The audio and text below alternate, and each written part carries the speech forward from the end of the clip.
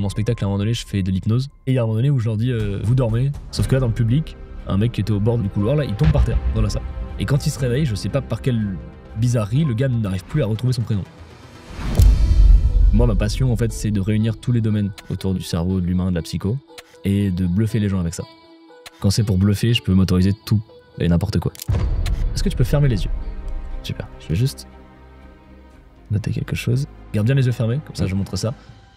Ok, tu peux ouvrir les yeux et tu vas juste saisir un de mes doigts. Vas-y, saisis-le maintenant. Ok. T'as pris mon annulaire, moi je savais que tu prendrais ce doigt-là. Pourquoi? Parce que je t'y ai influencé. Et mon but c'était vraiment que tu prennes celui-là et je vais t'apprendre à faire ça, comme ça tu pourras le refaire.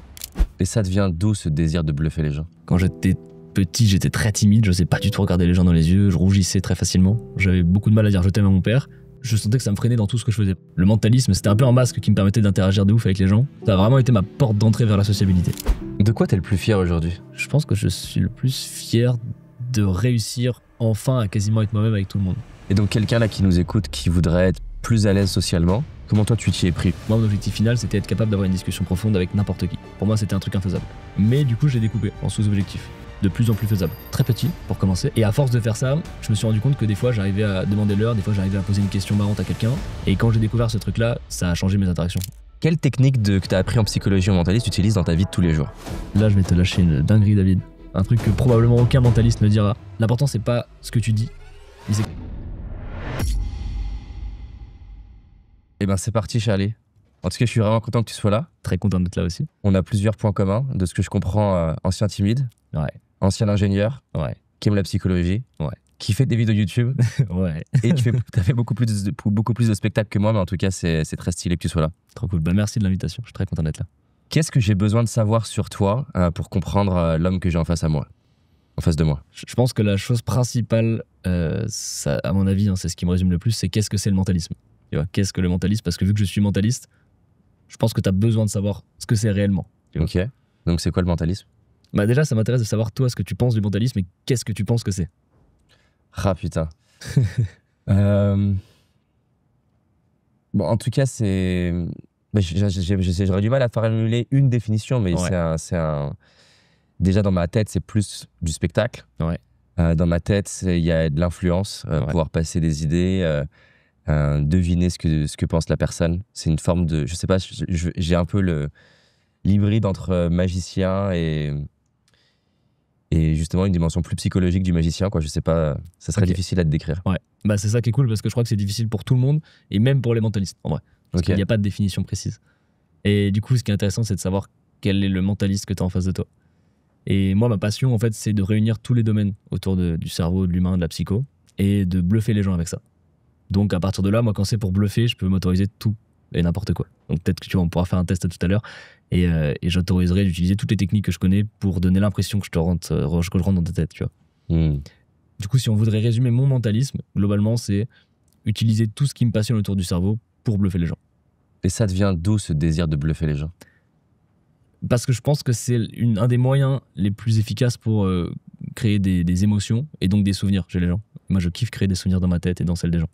Mais si on retrace un peu ton histoire, il vient d'où ce désir? Parce que c'est pas par hasard quand je vois toutes les personnes que j'ai invitées, que ce soit les humoristes qui, des fois, ils ont trouvé que c'était une ambiance triste à la maison, ils avaient envie que leur mère se sente mieux. Toi, ça vient d'où, dans ton histoire, ce désir un peu de créer ce wow effect chez les gens? Je pense que ça vient vraiment de ma timidité.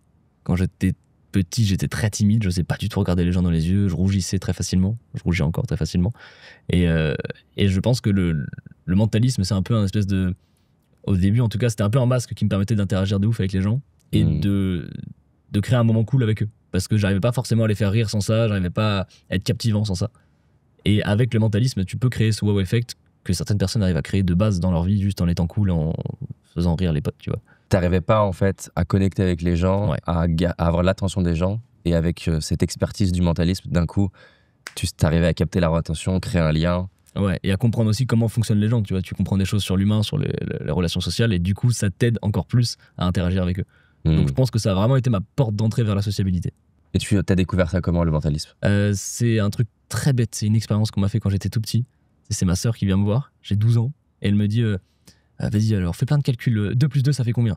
4. 4 plus 4, 8. Ok, plus dur, 7 plus 5, je suis en mode 12. Et il me dit, pense à un outil et une couleur maintenant. C'est un truc que beaucoup de gens connaissent. Et moi, à ce moment-là, je pense à marteau rouge. Et tout le monde pense à marteau rouge quasiment. Et ma sœur me dit, bah, tu penses à marteau rouge. Sauf que je lui ai jamais dit, tu vois. Et donc, je me dis, fasciné là. Voilà, je me suis dit, comment elle peut trouver un truc que j'ai en tête sans que ce soit jamais sorti de ma tête.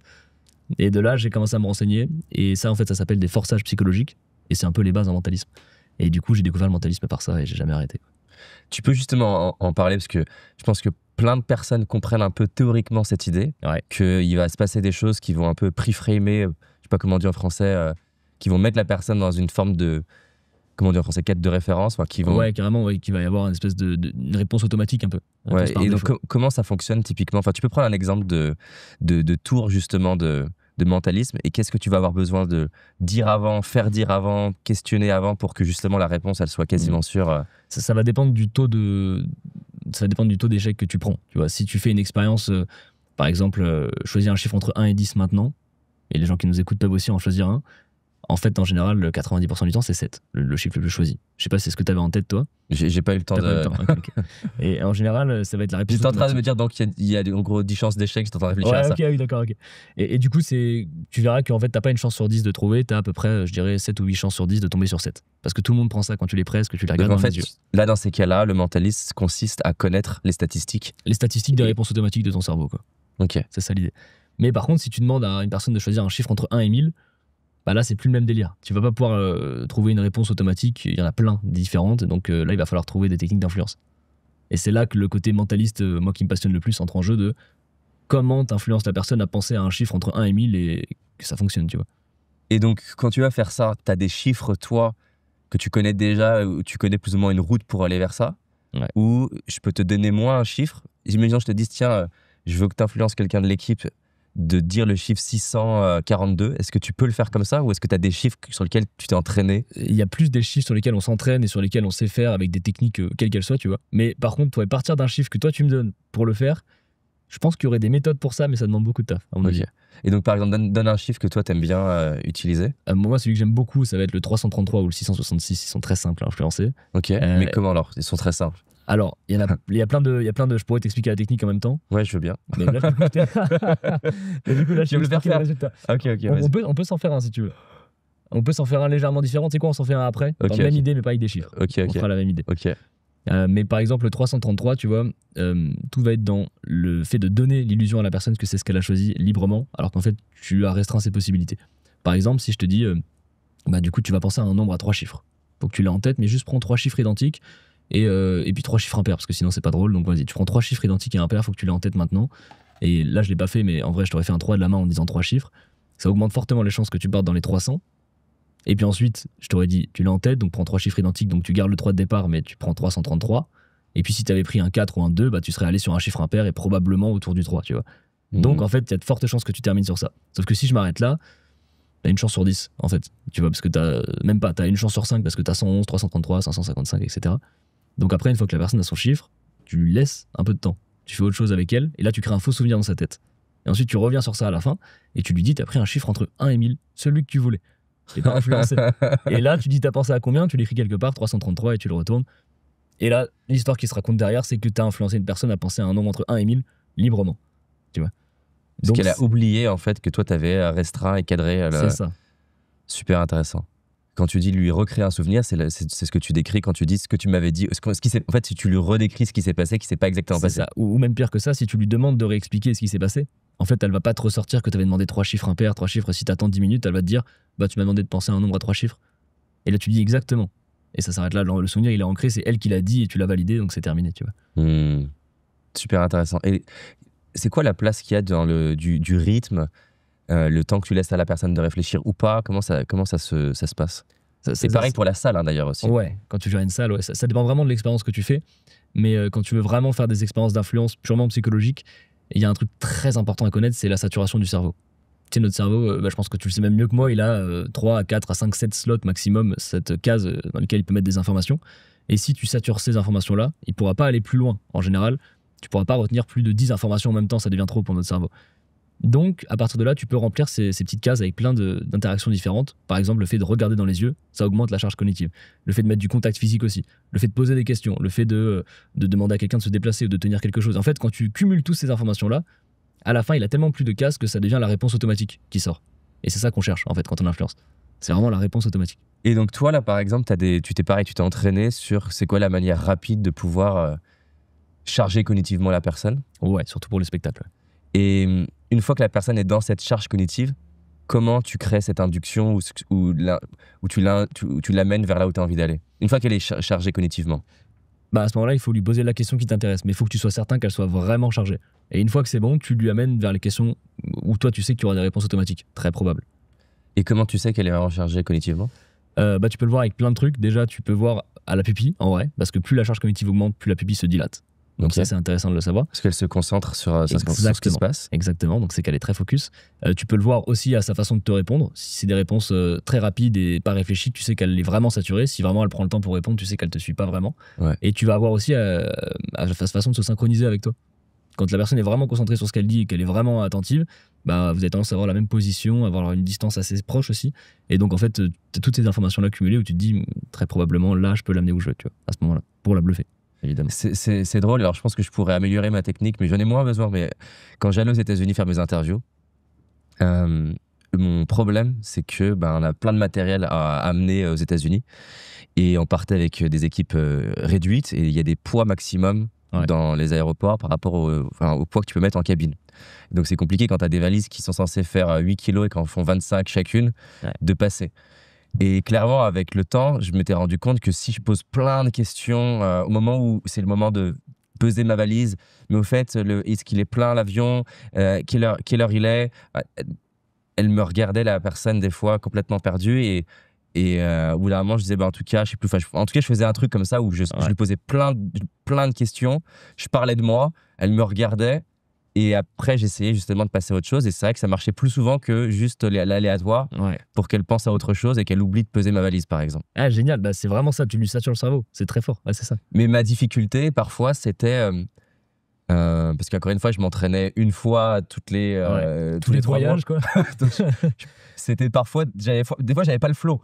Des fois, j'avais pas le truc. J'avais juste la première question. Donc, j'arrivais pas à enchaîner correctement pour saturer correctement l'esprit. Donc, toi, comment tu fais? Imaginons que là, on le fait ensemble, on doit prendre l'avion et tu dois m'aider à pouvoir passer ma valise de 24 kilos. Comment Alors, tu vois, je pense que tu serais meilleur à ça que moi parce que je me suis jamais entraîné à le faire, tu vois. mais je pense que je m'approcherai au maximum de la distance entre la personne. Il y a souvent des vitres, mais je me mettrai plus proche. Je la regarderai forcément dans les yeux et je lui poserai des questions. C'est le meilleur truc que tu as à faire parce que tu n'as pas de contact physique possible en général. Donc, c'est très bien ce que tu as fait et tu fixes dans les yeux surtout. Parce que ça, c'est un délire, comment ça sature le cerveau des gens.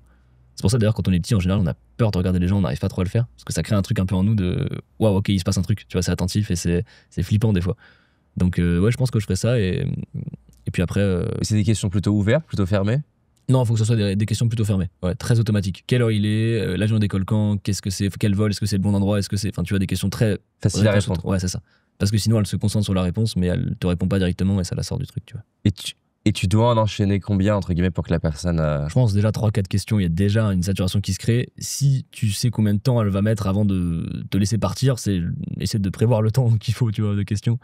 Et une fois qu'entre guillemets, imaginons on a fait ça, on est face à la personne à l'aéroport, on la regarde dans les yeux, on lui a posé 4-5 questions, elle est un petit peu désorientée. De là, c'est quoi justement l'induction et comment j'en sors?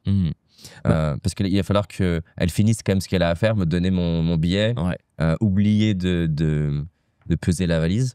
Bah, je voyage pas assez, je pense, pour ça. Je sais pas exactement le process qu'elle a. Mais si tu sais à peu près la fin de process que c'est, par exemple récupérer ton passeport ou un truc comme ça, va directement vers l'endroit final où tu sais que... Je peux avoir mon passeport. Voilà, tu dis du coup merci, je peux récupérer mon passeport et là c'est terminé, tu vois. Et c'est un peu comme ce qu'on a parlé juste avant de Darren Brown qui va dans une boulangerie ou une bijouterie. Qui vole des bijoux. Et là, juste pour expliquer, c'est que ce qui est fou, c'est que il a des billets blancs. C'est même pas des faux billets qui ressemblent, c'est des billets blancs. Et pour l'expérience, il montre qu'il rentre dans une bijouterie, une vraie, et il achète des bijoux avec simplement des billets blancs en saturant l'esprit de du vendeur. Avec un peu d'hypnose conversationnelle aussi, tu vois. Et c'est dingue. Ouais, et il explique d'ailleurs que parce qu'ils sont moins habitués à se faire un peu arnaquer que justement le suivant qui est le hot dog, qui lui est plus habitué à avoir des gens qui essayent de l'escroquer, du coup il est moins attentif. Ouais. Et ça paraît... En fait, quand tu vois ça, tu peux facilement te dire mais non, mais c'est mise en scène, c'est bidon, tu peux pas prendre des billets blancs. C'est dingue. Ouais, c'est fou. Et du coup, lui, à la fin, tu vois, ce qu'il dit, c'est super, du coup, je peux récupérer, je sais plus ce qu'il dit, mais je peux récupérer le bijou. Et c'est la fin du process, tu vois. Donc, il le récupère, il a payé, fin. Il faut pas laisser plus de temps à la personne, sinon, c'est à ce moment-là qu'elle va réfléchir. Un truc qui me fascine dans ce que tu fais, c'est que tu peux comprendre la théorie, mais il y a une forme d'adrénaline et de rapport aussi au fait que ça puisse foirer. Comment ça s'est passé tes premières scènes où tu sais que ce tour, je sais pas si on l'appelle comme ça, ce tour il peut marcher, mais que ça demande aussi que toi tu sois vraiment présent parce que j'imagine que tu dois bien enchaîner plein de trucs pour que ça marche. T'es stressé avant de faire...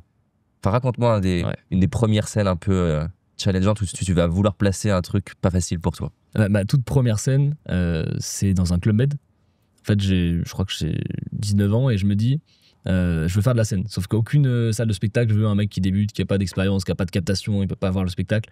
Du coup, je me dis, on va faire semblant d'être un professionnel. Je postule au Club Med, je leur dis que j'ai un spectacle, je suis un pro. Et ils me prennent, je sais pas par quelle merveille, tu vois. Et du coup, ils me disent... T'as saturé leur esprit, en fait. Ouais, on a eu de la chance, là, pour le coup. Et ils me disent, écoute, on est lundi, tous les soirs, tu fais un peu de mentalisme au table à table, et samedi soir, tu joues ton spectacle. Je leur dis, ok, pas de souci, sauf que j'ai pas de spectacle à ce moment-là. Donc moi je travaille toute la semaine, tous les jours, 8 heures par jour pour essayer de faire un spectacle cohérent. Et j'arrive le dernier jour, le samedi, et je me dis, là j'ai pas le choix de faire semblant d'être professionnel et de savoir faire. Et heureusement j'ai un peu d'expérience déjà en mentalisme, donc je sais que je suis capable de réussir les numéros, mais j'ai jamais fait de scène de ma vie. Et tu sais, les scènes du Club Med, c'est genre 300 personnes, t'as de la fumée, t'as des écrans, pour moi c'est un délire quoi. Et j'arrive sur scène, c'est dans un état de flow quand t'es sur scène, donc t'as pas le temps de réfléchir à ce qui se passe. Et il y a une des expériences qui est plus complexe, je le sais.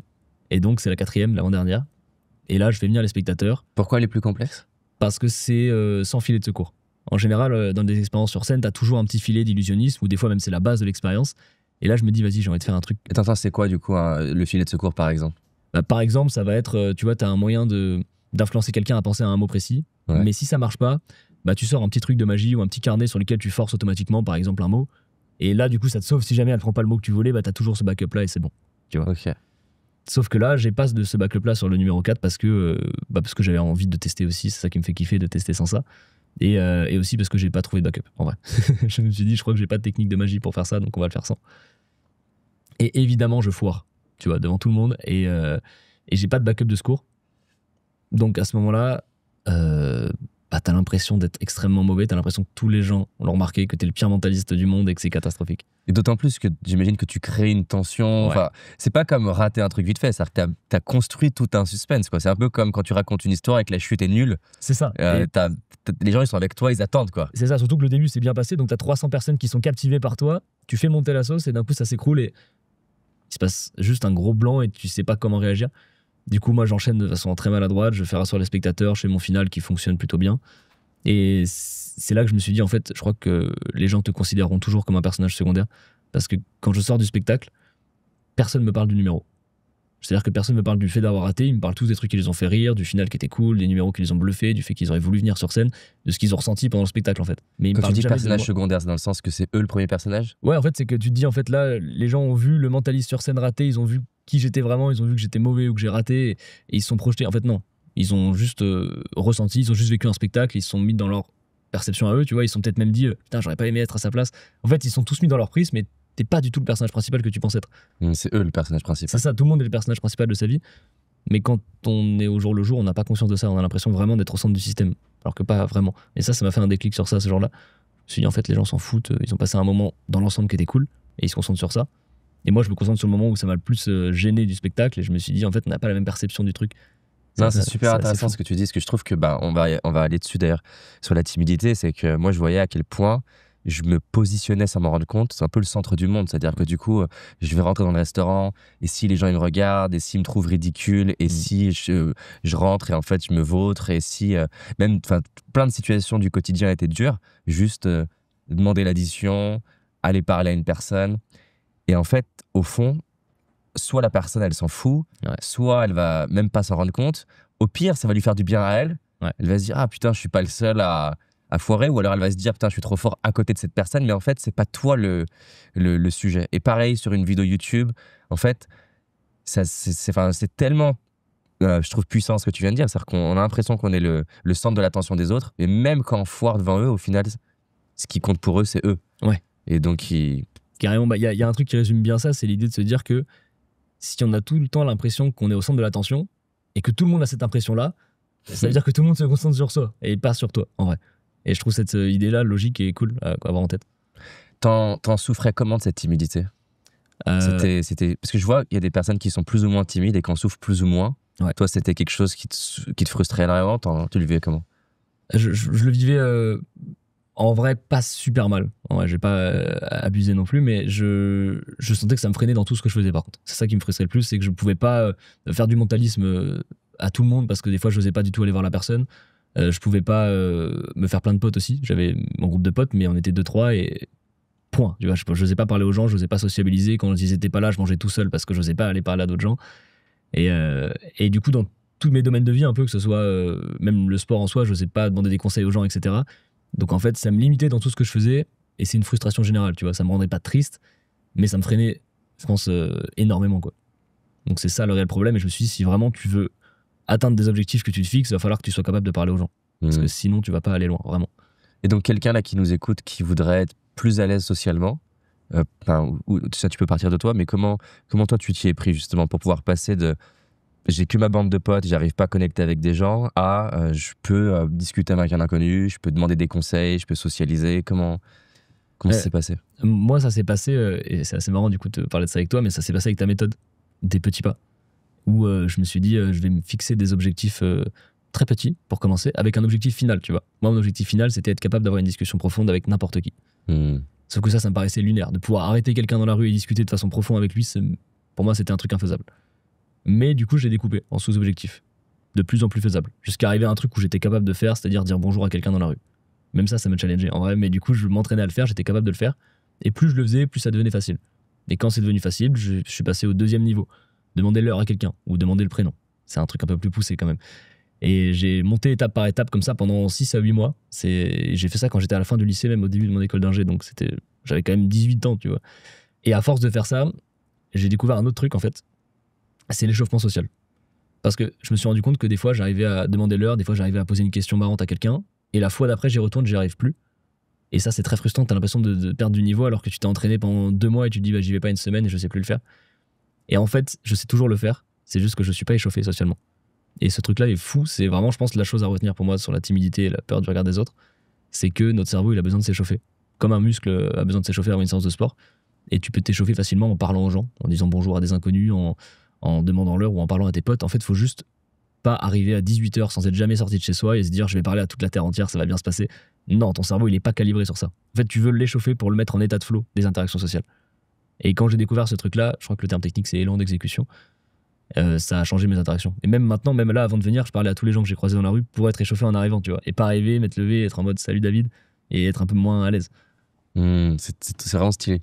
Parce qu'effectivement, le simple fait de pouvoir discuter avec des personnes, tu te détends physiquement, tu prends confiance, tu te mets dans un mood un peu plus extraverti. Carrément. Et c'est le même process que quand tu veux démarrer une tâche, que ce soit faire des maths, tu vois, tu vas commencer par faire des petits calculs, t'échauffer, faire des exos d'entraînement. C'est pour ça qu'avant de démarrer un vrai truc, en général en cours, on fait toujours des petits exos d'entraînement de maths, tu vois, pour s'échauffer sur le truc et après démarrer avec le vrai problème.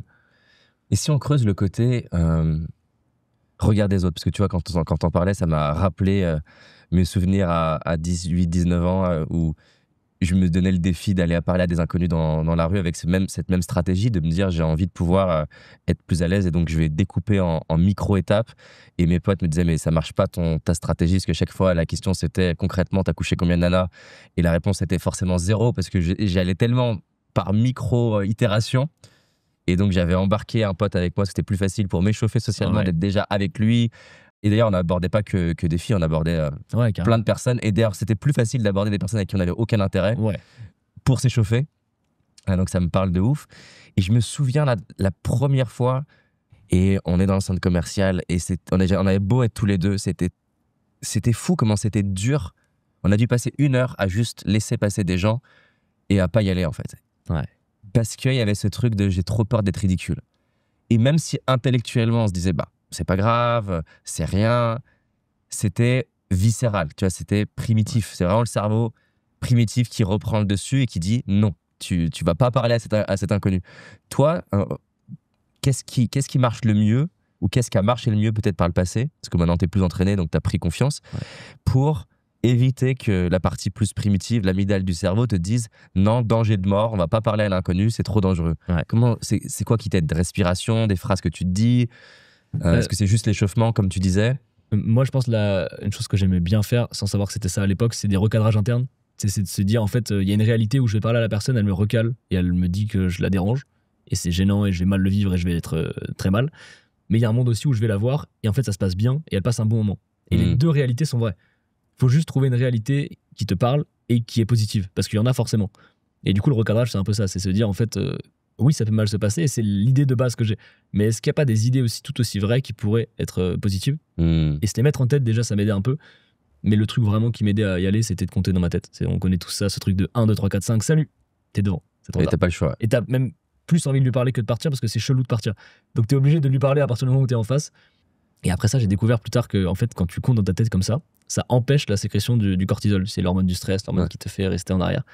Et du coup, ça bloque littéralement dans ton cerveau l'arrivée de cette hormone qui t'empêche d'agir. Donc c'est très cool à savoir. Et en fait, tu fais 1, 2, 3, 4, 5, salut, et c'est trop tard et tu démarres. Et là, ça me fait penser à un truc qui, je vois, marchait bien pour moi à l'époque où je faisais ça. Ça fait longtemps que je me suis pas donné le challenge de parler à des gens dans la rue. On pourrait recommencer. Je me souviens que ce qui m'aidait beaucoup, c'était de me mettre en mouvement. Parce que je me rappelle que ce qui marchait pas du tout pour moi, c'est je vois quelqu'un et je veux absolument avoir ce que je vais lui dire pour commencer à y aller. Du coup, je trouve pas, ou je suis pas sûr. En plus, elle marche, donc la personne s'éloigne. Et là, je suis figé, j'ai le cortisol. Et je sais que le fait de me dire, en fait, va dans la direction de la personne. Et tu trouveras sur le chemin. Ouais, carrément. Et parfois, justement, je trouvais pas. Et c'était ce que je disais. Des fois, je disais à la personne, je t'ai vu, j'ai eu envie de te parler. Je me suis dit que j'allais trouver quelque chose à te dire d'ici que j'arrive. J'ai rien trouvé. C'était ma roue de secours, un peu comme tu disais tout à l'heure sur le mentalisme. Et ça marchait mieux que d'attendre à vouloir essayer de trouver la bonne chose, quoi.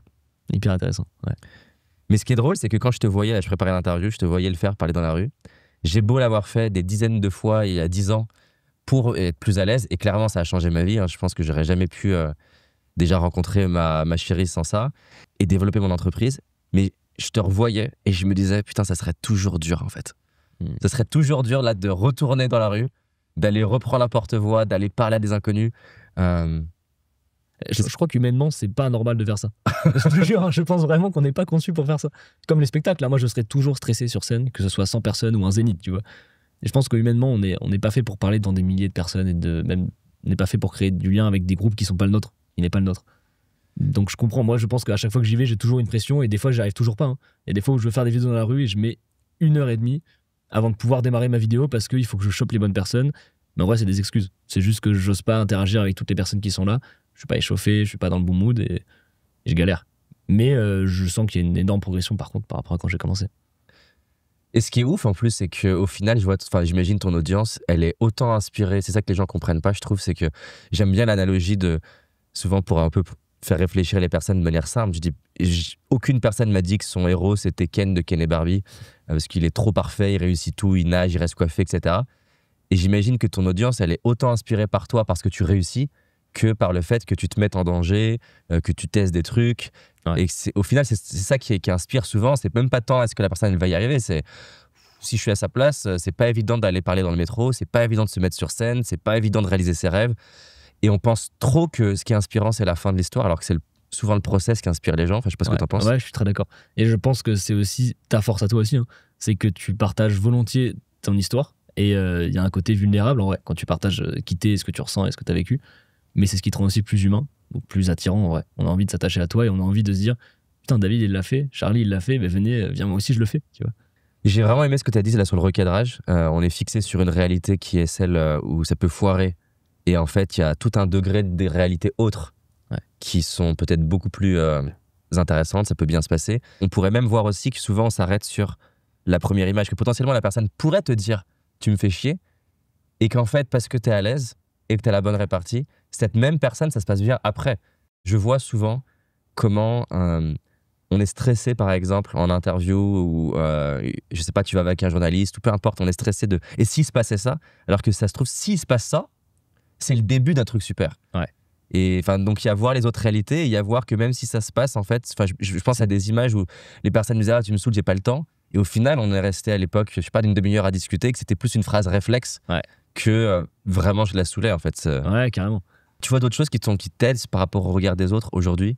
Quand, par exemple, tu me disais, je veux faire des grandes salles, etc. Il y a des choses des choses que t'as pas dites qui t'aident sur le regard des autres?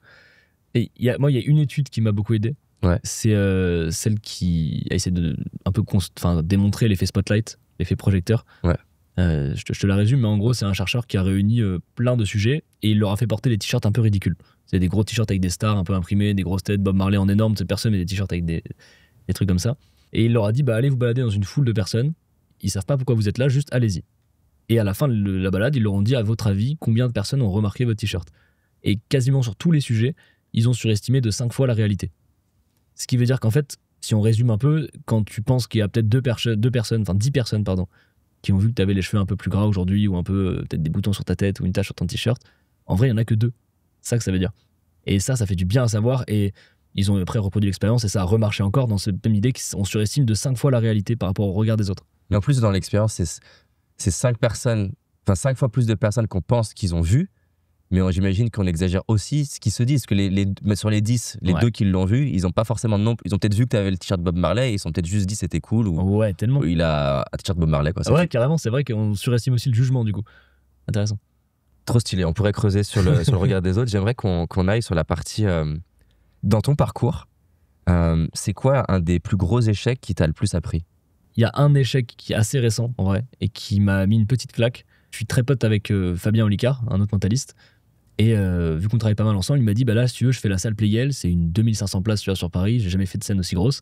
Il me dit, bah vas-y, passe dans mon spectacle, on fait un numéro à 2, et après tu ressors, et puis ça va être trop cool. Et donc moi, je suis trop content. Je suis en pleine tournée en plus à ce moment-là, donc tu sais, je m'entraîne un peu sur toutes les dates au numéro qu'on va faire à 2, et puis après, je me dis, là, c'est le soir. Je pense que j'ai rarement été aussi stressé dans ma vie, parce que j'ai jamais fait une scène aussi grosse, et puis même monter sur scène avec Fabien, c'est trop cool, enfin, j'avais trop hâte. Surtout que c'était une forme de mentor, entre guillemets, pour toi. C'est ça, il y avait vraiment cette idée de... Quand j'étais petit, je regardais les vidéos de Fabien. Maintenant, on est potes, il me propose de venir sur scène, c'est un délire. Ouais. Et puis, il me fait venir sur scène et mon but, c'était de trouver un prénom, tu vois. Je devais trouver le prénom de quelqu'un, de la personne sur scène. Et j'arrive sur scène et en fait, Fabien me dit, bon, bah, si c'est vraiment la galère ou si moi, j'ai pas d'infos, je te dirai, j'ai vraiment rien, tu vois. Et là, bah, tu te débrouilleras, mais ça va le faire. Et j'arrive sur scène, évidemment, il me dit, j'ai vraiment rien. Et là, je me dis, ok, j'aurai pas le prénom, à mon avis. Donc, je vais commencer par chercher la première chose, c'était un tatouage d'une personne, etc. Je demande à la personne de penser à son tatouage, je dessine un truc un peu, je dessine un trèfle. Et la personne, elle me dit, je pense à une croix basque. Et là, moi, je suis avec mon petit carnet comme ça, sur scène, devant les 2500 personnes qui me regardent. Le carnet est dos à la scène, tu vois. Et là, je me dis, bah là, il va falloir que je retourne le fait que je sais même pas ce que c'est une croix basque, en fait. Donc, je sais pas à quoi ça ressemble, tu vois. Donc, je retourne, j'ai dit, bah moi, c'était un trèfle. En plus, j'ai écrit trèfle en dessous. Et la personne, elle me dit, ah, bah c'est pas loin, parce qu'une croix basque, en fait, ça ressemble un peu à un ventilateur, donc on n'est pas si loin. Et personne applaudit, gars. Et je suis seul comme ça, et t'as Fabien qui fait, bon, il a quand même trouvé quasiment, bravo à lui. Et puis il me sort de scène à côté en me disant, bon, bah en fait, tu vois, la prochaine fois, t'écris pas le mot trèfle. Et du coup, on sort à 2 en mode van. Sauf qu'en fait, c'est la pire soirée de ma vie, quoi. Et dans ma tête, en plus, il me dit, avant, quand on répétait, il me dit, ouais, comme ça, quand tu trouves, je dirais, t'es la relève du mentalisme en France, ça va être trop bien et tout. Et au final, je suis sorti par la petite porte en disant, bah mec, bon, ouais, tu notes pas la prochaine fois sur ton carnet. Et ça m'a vraiment fait une énorme claque. Je suis rentré chez moi, j'étais vraiment, vraiment très mal. Et c'était un des plus gros échecs que j'ai fait il y a pas longtemps. Parce qu'en plus, tu sais, dans la salle, quand t'as une salle comme ça, t'as toujours plein de mentalistes, t'as toujours plein de gens du milieu, t'as toujours plein de. Il se passe plein de trucs dans ma tête. Et au final, maintenant, je suis trop content. Et dans tous les cas, je suis très content d'avoir fait ça avec Fabien, c'est génial. Mais wow, la claque que je prends à ce moment-là, ça me. Bah, en fait, c'est de là que j'ai commencé à encore plus tryhard la scène, alors que j'avais l'impression de déjà tryhard. Et j'ai commencé à retravailler tous mes numéros, à repasser sur mon spectacle, à tout revoir et me dire la prochaine fois que je passe sur une scène comme ça, je loupe pas ce truc-là. Mais j'ai mis au moins 10 jours à m'en remettre, à vraiment dire putain, ça rend fou. Et tu sais, t'as une espèce de frustration tu revis le moment tous les soirs et tu te dis j'aurais pu le changer, j'aurais pu faire autre chose. Je pense que ça, c'est le dernier gros échec que j'ai vécu. Et ouais, c'était intense. J'imagine, quel genre? T'étais plutôt dur avec toi en termes, t'es plutôt perfectionniste, tu cherches plutôt à un peu une forme d'excellence? Ouais, j'essaye toujours en tout cas de donner tout ce que j'ai. Je sais pas si c'est ça le perfectionnisme, mais ce qui est sûr, c'est que quand je rate et que j'ai l'impression que c'est de ma faute, je vais un peu m'y remettre et retravailler 10 fois plus que ce que j'avais fait avant, quoi. Et donc, avec du recul, c'est quoi l'apprentissage pour toi dans ce moment? Là, ce que j'en tire, c'est déjà prépare-toi plus. En vrai, je me suis pas assez préparé, je pense, avant. Parce que je me suis dit, ça va être cool, je vais être avec Fabien, on va le faire à deux, ça va être tranquille. Et en fait, j'ai pas tant bossé mon texte pour un truc aussi gros. Et je pense que si le deuxième apprentissage, c'est en fait, arrête de penser que t'as acquis les choses de ta vie. En vrai, même le mentalisme, tu sais, j'ai l'impression de me dire, c'est bon, je gère, ça fait 10 ans que j'en fais, je peux pas rater. Ou c'est des trucs basiques, je devine des prénoms, je sais le faire. Et en fait, non. Ça dépend toujours de la situation et c'est ça aussi qui rend le truc plus passionnant. C'est qu'en fait, quand tu commences à le faire de façon automatique et machinale, tu perds un peu la passion. Mais je pense que ça fonctionne pour tout en vrai. Non, c'est clair. Et tu dirais que c'était quoi, une forme d'excès de confiance qui t'a amené à faire cette erreur? Je pense qu'il y a eu un peu d'excès de confiance et il y a eu un peu de... Ouais, t'as un peu ce truc de quand t'as l'impression, en tout cas, d'atteindre un truc haut, t'as souvent un effet un peu de down après où tu te dis, en fait, tu relâches en général la pression. C'est comme quand tu fais un gros accomplissement dans ta vie. Les semaines qui suivent, en général, c'était beaucoup plus mou, beaucoup plus détendu, tu fais moins de choses, tu te sens moins bien peut-être. Et ton haut, c'était quoi? C'était la tournée qui te sentait... Ouais, c'est ça, je me suis dit, c'est la première tournée de ma vie, je fais 50 villes en 3 mois, c'est un délire. Et t'as l'impression du coup de gérer le truc et de dire maintenant je suis même très bon sur scène.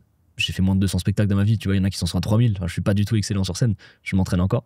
Mais à ce moment-là, j'avais l'impression d'être très bon sur scène, je me dis, bah là, je passe sur une 2500 places, je vais la gérer, tu vois. Non. Et en plus, ce qui est beaucoup plus dur dans l'exemple que tu as pris par rapport au Club Med, c'est que le Club Med a entre guillemets, des numéros avant et après. Ouais. Et donc, c'est un raté parmi un show global. Là, t'as juste un slot, t'as juste un moment. Ouais. Et tu peux pas juste dire je peux en faire un autre pour essayer de récupérer. Quoi. Tu repars avec ton échec. Exactement. Devant 2500 personnes et à côté de quelqu'un pour lequel tu as eu beaucoup de respect. Et tu pourras pas te rattraper avant la prochaine fois s'il y en a une, quoi. C'est dur au début, mais après, tu l'acceptes, quoi. Il y a un truc qui me fascine, ça m'intéresse d'avoir ta vision par rapport à la notion de stress avant de faire quelque chose. Parce qu'il y a un petit peu deux courants de pensée qui sont compatibles, mais ça m'intéresse d'avoir ta vision. J'avais fait l'interview avec Alain Bernard et je lui dis « Comment tu te sens? On est en finale des Jeux Olympiques. Comment tu te sens ?» Alors, naturellement, il est stressé, mais j'avais vraiment aimé ce qu'il m'avait dit en fait, quelque part, David, je suis stressé, mais pas autant qu'on pourrait imaginer, parce que ce que je vais faire là, je l'ai fait 3000 fois l'entraînement. C'est la même chose que je fais tous les jours depuis 15 ans. Et donc, lui, sa réponse, c'était finalement, quand t'es stressé, bosse plus, prépare-toi davantage. T'as un autre courant de pensée qui va être plus sur, c'est une question de confiance en soi, potentiellement de cadrage de la situation, de comment je le perçois. Donc, t'as un peu l'enjeu pragmatique. Mon stress est un indicateur de mon manque de préparation. Ouais. Et il y a le stress est un indicateur du fait que j'ai pas la bonne histoire mentale, la bonne perception. Toi, comment t'abordes ça entre les deux?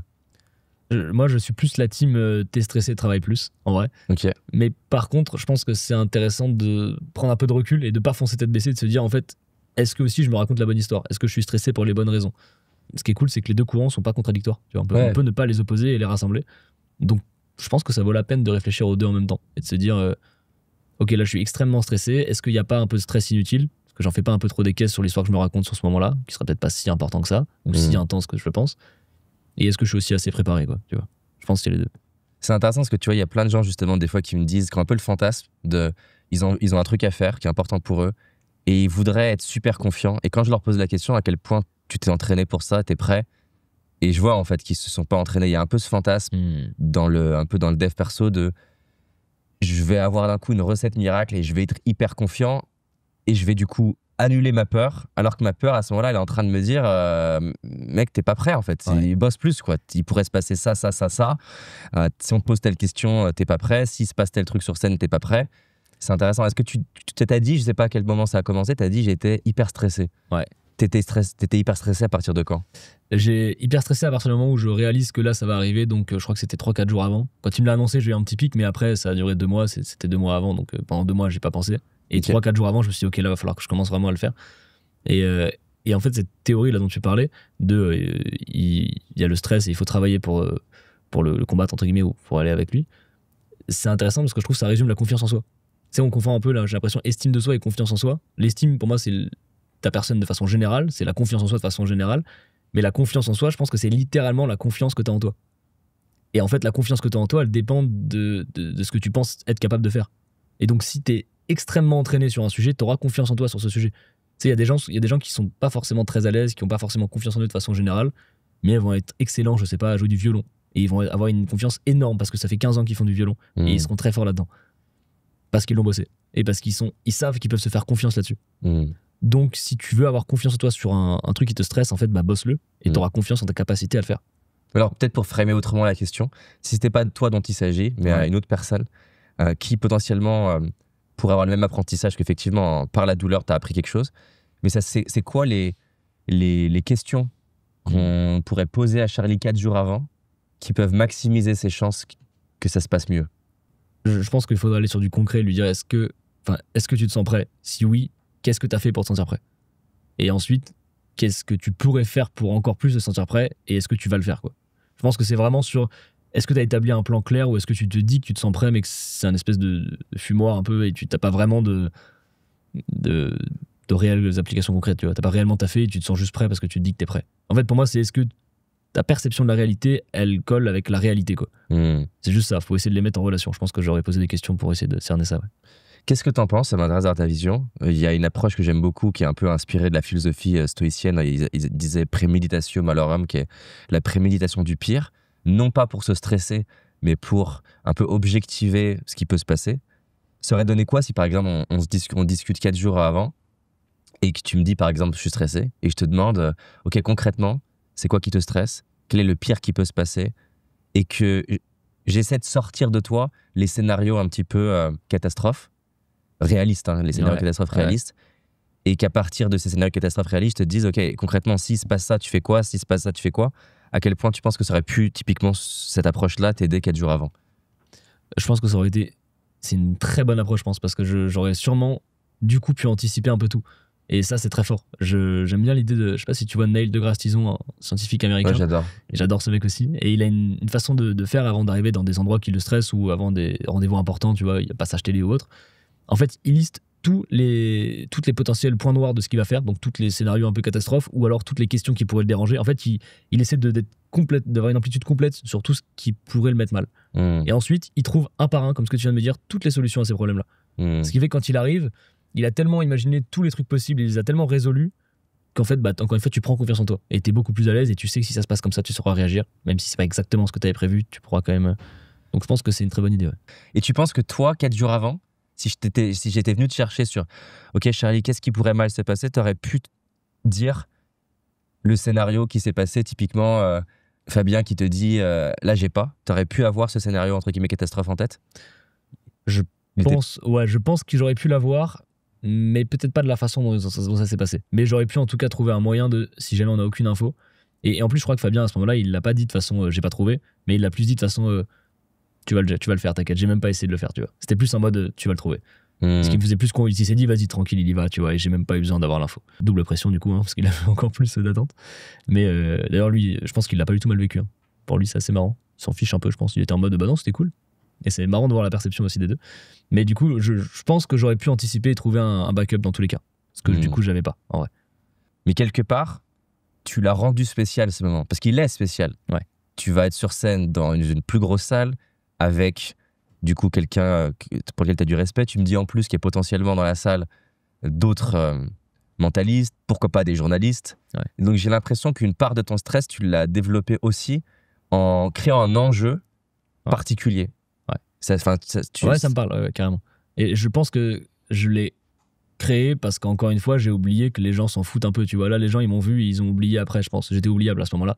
Et moi, j'en ai quand même fait une dimension énorme et je me suis encore pris pour le personnage principal. C'est encore ça qui s'est passé, en fait. Donc, même quand tu le sais, faut vraiment se rappeler ce modèle mental et le recomprendre pour le réappliquer, quoi. En tout cas, merci d'avoir partagé ça. Déjà, il y a plein de personnes qui n'oseraient pas partager un challenge récent. Je trouve que c'est toujours plus facile de dire il y a 10 ans, j'ai foiré tel truc que récemment. Ouais, carrément. Ce côté justement très authentique, j'en ai parlé à ma famille hier, elle a vu passer des vidéos de toi et c'est le truc qu'elle m'a dit. Ce qui est cool avec toi, c'est que tu t'es, en tout cas c'est ce qu'elle a perçu de toi, authentique, vulnérable. C'est quelque chose qui est naturel ou entre guillemets, tu te forces à le faire parce que tu sais qu'aujourd'hui les gens ils apprécient le côté voir l'humain en fait. Je pense que ça te rend plus attirant d'être vulnérable. Ça c'est sûr, mais je pense que si tu essaies d'être vulnérable volontairement et que tu forces le truc, tu passes juste pour une personne qui se plaint ou une personne un peu relou et qui paraît pas... t'es loin d'être attirant quand tu fais exprès de le faire. Donc moi, j'ai une seule règle pour la vulnérabilité, c'est s'il y a quelque chose que j'ai en tête qui me challenge et qui est bienveillant, je dois le dire, quoi qu'il arrive. Donc si quelque chose me passe en tête par rapport à quelqu'un, par rapport à une situation, et que ça me stresse parce que c'est personnel, parce que c'est vulnérable, je dois le sortir quoi qu'il arrive. Mais jamais me dire comment je pourrais être vulnérable dans une situation, ça marche pas pour moi. Donc j'essaie vraiment d'appliquer cette règle, ce qui fait que à plein de moments, typiquement, j'avais beaucoup de mal à dire je t'aime à mon père. Maintenant, j'ai beaucoup plus d'aisance parce que je lui ai dit plusieurs fois, parce qu'on en a parlé, et parce que la première fois où je me suis dit ok, là c'est une action vulnérable, j'ose pas le faire, mais c'est bienveillant, viens, je le dis, je t'aime. Et enfin. Ça s'est passé comment? Et il y a eu beaucoup d'émotions. Mon père a pas forcément répondu, mais il y a eu un truc de. J'ai compris dans ce qu'il a. Enfin, on s'est compris, tu vois. On s'est vu, on s'est regardé, on a compris. Et toi, ça t'a fait quoi de le faire? Ça fait beaucoup de bien. Tu sais, il y a peut-être limite un truc égoïste de en fait, ça fait trop du bien aussi à soi de le faire. C'est trop cool. Et ça symbolisait quoi pour toi d'y arriver et de lui dire? Moi, il y avait un vrai truc de. On a un problème de communication. En vrai, on a du mal à dire ce qu'on ressent, mais on sait, mais on passe de bons moments ensemble. Et du coup, je trouve que ça ouvre une dimension de plus sur la relation, quoi. Je me suis dit, ah cool, si on se dit ça, on pourra parler peut-être d'autres sujets. Et du coup, ça amène après à des discussions. Et en tout cas, c'est ce que je m'étais dit, et c'est ce qui s'est passé plus ou moins. Tu sens qu'il s'ouvre un peu plus, il est plus à l'aise. Ouais. Est-ce que je pense que aussi le fait de lui dire moi ce que je ressens, ça fait qu'il peut aussi me parler de ce qu'il ressent, de ses challenges et de ce qui se passe dans sa vie, quoi. Dans ton histoire, t'as souffert justement de ce manque de communication avec ton père ou de pas avoir le lien que tu voulais? J'ai eu le lien que je voulais jusqu'au début de mon adolescence. Je pense que c'était le meilleur père possible pour jusqu'à 14 ans, tu vois. Il était parfait, mais dès qu'il y a eu la communication qui rentre en jeu, ça bloque, tu vois. Donc c'était jusqu'à 14 ans parce que c'était plus via des activités? Ouais, c'est ça, c'est beaucoup plus dans viens, on va faire du vélo ensemble, viens, on va faire tel truc, on va jouer aux échecs, on va faire de la plongée, peu importe. Mais ouais, dès qu'il y a de la communication et que tu commences à avoir tes problèmes d'ado, que tu commences à être.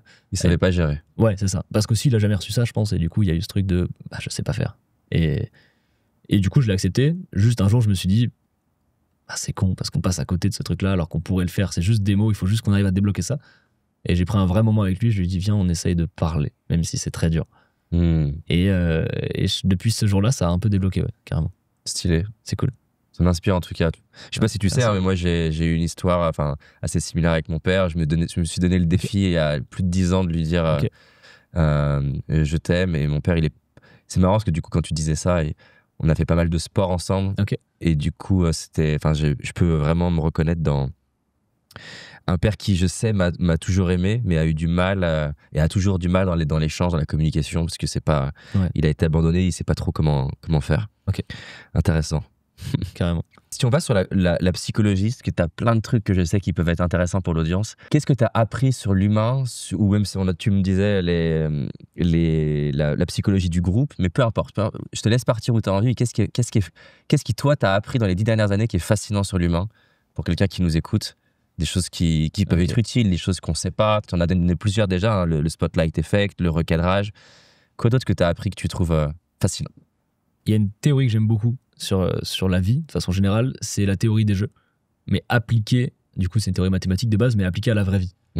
Et ce modèle mental-là, je trouve qu'il fonctionne tellement bien qu'en fait on peut même se reposer dessus et pour comprendre un peu nos choix de vie. Donc si je le résume, dans les maths de base, on considère qu'il y a des jeux finis et des jeux infinis. Un jeu fini, tu connais toutes les règles, tu connais tous les joueurs et ton but c'est de gagner le jeu. Quoi qu'il arrive, tu dois être meilleur que les autres et te comparer à eux pour progresser. Donc les échecs par exemple. Les échecs, le foot, c'est un jeu fini, pardon. Et après, tu as des jeux infinis, donc tu connais pas tous les joueurs, tu connais pas toutes les règles, et ton but, c'est pas de gagner, parce qu'il n'y a pas de gagnant ni de perdant. Ça va juste être de maximiser les ressources et de progresser de plus en plus comparé à quitter de base. Donc par exemple, GTA, c'est un jeu infini. Tu vois, t'as pas de gagnant dans GTA, mais si c'est un jeu infini, c'est parce que ça s'inspire de la vie, qui est un jeu infini aussi. Et cette théorie, elle est cool parce que tu peux commencer à te dire, ok, est-ce que je suis un joueur fini ou un joueur infini? Et ça va dépendre, en fait, la bonne réponse dépend du jeu auquel tu joues. Si tu joues au foot, ton but, ça va être de gagner, de te comparer aux autres et d'être le meilleur joueur. C'est vraiment le seul objectif que tu as. Et heureusement, sinon la partie sera ennuyante. Et si tu dis non, je veux pas forcément, tu vas pas faire ça au foot. Par contre, dans la vie, si ton but c'est de gagner, ça n'a aucun sens. Et en fait, du coup, si tu te comportes comme un joueur fini dans un jeu infini, ça crée de la frustration, forcément. Et tu te sens beaucoup moins bien, tu vas te comparer, c'est négatif, ça va pas être. Et depuis que j'ai compris ça, en fait, c'est hyper facile d'identifier qui sont les joueurs finis, les joueurs infinis dans le jeu de la vie. Et donc, tu peux vraiment facilement t'entourer ou même discuter avec les personnes qui t'intéressent vraiment. C'est un filtre en fait de discussion ou de création de relations. Ou même, parce que c'est pas forcément binaire, hein. Des fois ça peut être plus ou varié. moins. Et depuis que j'ai compris ça, en fait, bah, c'est hyper intéressant sur les nouvelles entrées en interaction de se dire est-ce que cette personne elle est plutôt infinie, plutôt finie, est-ce que tu veux discuter de ça ? Tu le vois à quoi ? Tu le vois à beaucoup de choses, typiquement la comparaison. Ça, c'est le facteur numéro 1 de si une personne se compare beaucoup aux autres, qu'elle veut vraiment montrer aux autres qui elle est, qu'elle veut prendre beaucoup d'espace, qu'elle coupe la parole aux gens, c'est probablement un joueur fini dans ses joystick, dans sa façon de réfléchir, parce que bah, elle veut être la meilleure, la plus importante, la première. Et alors que si tu es un joueur infini, tu vas avoir quelqu'un qui est plutôt dans l'écoute et dans le fait de chercher ce qu'il peut comprendre chez l'autre, ce qu'il peut apprendre chez l'autre. Tu vas avoir un côté plus, en général, bienveillant, parce que ton but, c'est pas d'être le premier, donc tu veux pas forcément devant les autres, donc tu t'en fiches qu'ils soient devant toi. Donc tu le vois dans plein de comportements et dans les premières interactions. Moi, j'ai des filtres aussi pour détecter ça, et c'est assez intéressant. Et du coup, même quand tu te comportes comme un joueur infini, tu te sens mieux, en vrai. J'aime beaucoup cette idée de jeu fini, jeu infini, et bah, tu joues sur une partie qui dure beaucoup plus longtemps qu'un match de foot ou même qu'un championnat, notre vie. J'aime ce que tu décris, que donc finalement en jeu fini, tu es beaucoup plus dans une logique de comparaison, c'est-à-dire pour gagner, il faut qu'il y en ait un autre qui perde. Donc ce que tu pourrais toi te dire, bah, je veux jouer un jeu infini, mais dans ce que j'entends, tu te dis, je veux jouer un jeu infini et de préférence jouer avec d'autres joueurs qui eux aussi sont sur un jeu infini. Pourquoi c'est important pour toi d'être moins entouré de gens qui veulent jouer un jeu fini ? J'essaie de moins m'entourer de joueurs finis, parce que il y a forcément une dissonance entre les deux. Entre un joueur fini et un joueur infini, il y a forcément un non-match à un moment donné. Et aussi, je pense que c'est un truc personnel, c'est que de base, je me compare beaucoup. Je suis vraiment dans la comparaison, je pense que c'est humain aussi. Mais du coup, je sais que c'est un truc qui m'affecte beaucoup. Et j'ai remarqué juste d'expérience que plus je suis entouré de gens qui se comparent pas et qui veulent juste faire progresser l'ensemble et se faire progresser, bah plus je me sens bien, plus ça révèle cette partie de moi. Et inversement, plus je suis entouré de gens qui veulent se comparer, plus je vais avoir tendance à me comparer. Par exemple, quand je joue à des jeux, je vais être très dans je veux gagner. C'est le but du jeu, tu vois, mais du coup, je vais avoir tendance à beaucoup me comparer aux autres, à essayer de m'entraîner beaucoup pour être le meilleur, tu vois. En tout cas, j'ai fait beaucoup. Et dans la vraie vie, j'ai pas envie de me comporter comme ça, tu vois. Mais je sais que si je serais entouré que de personnes finies, du coup, joueurs finis, je me comporterais plus comme ça. Et je pense que j'aime moins cette partie de moi. En tout cas, c'est intéressant. Enfin, il y a plusieurs trucs qui sont intéressants. Et même dans un jeu fini, tu parlais du foot, par exemple, un joueur, il va pouvoir plus ou moins penser fini ou infini, parce que par exemple, jeu fini, c'est un jeu fini à l'extrême, c'est je veux être le meilleur sur ce match. Ouais. Là où, sans dire que c'est infini, mais en tout cas, c'est un jeu déjà moins fini. Ouais. Je veux gagner sur ma carrière. Et c'est même sur un jeu, potentiellement, bah, le foot, les échecs, tu peux avoir une vision qui est quand même beaucoup plus process. Ouais. Je veux gagner le championnat, je veux avoir une super carrière, et pas forcément je veux gagner à chaque fois. Enfin, je trouve ce modèle mental intéressant dans le sens où parfois on veut tellement gagner à court terme qu'on sacrifie le gain qu'on veut avoir à long terme. Et ça peut avoir des applications très business. Pendant un certain temps, je m'habituais à avoir mon chiffre d'affaires qui, chaque trimestre, monte. Ouais. Et je m'étais tellement habitué à ça qu'avoir un chiffre d'affaires qui descend, c'est donc un échec. Et le problème de ce mindset-là, c'est que je priorisais du coup des actions qui allaient faire monter mon chiffre d'affaires au détriment de choses qui allaient apporter absolument rien sur le trimestre, mais qui, sur un jeu plus long, peut-être l'année ou sur 3 ans ou sur 10 ans, me rapprochait du jeu que j'ai envie de gagner. Tu vois, par exemple, on a passé 6 mois à travailler la marque de Paradox, le logo, les valeurs de la marque, le design, les couleurs, le type de personne qu'on veut cibler, quel est, entre guillemets, l'ennemi de la marque, enfin, tout le travail de branding.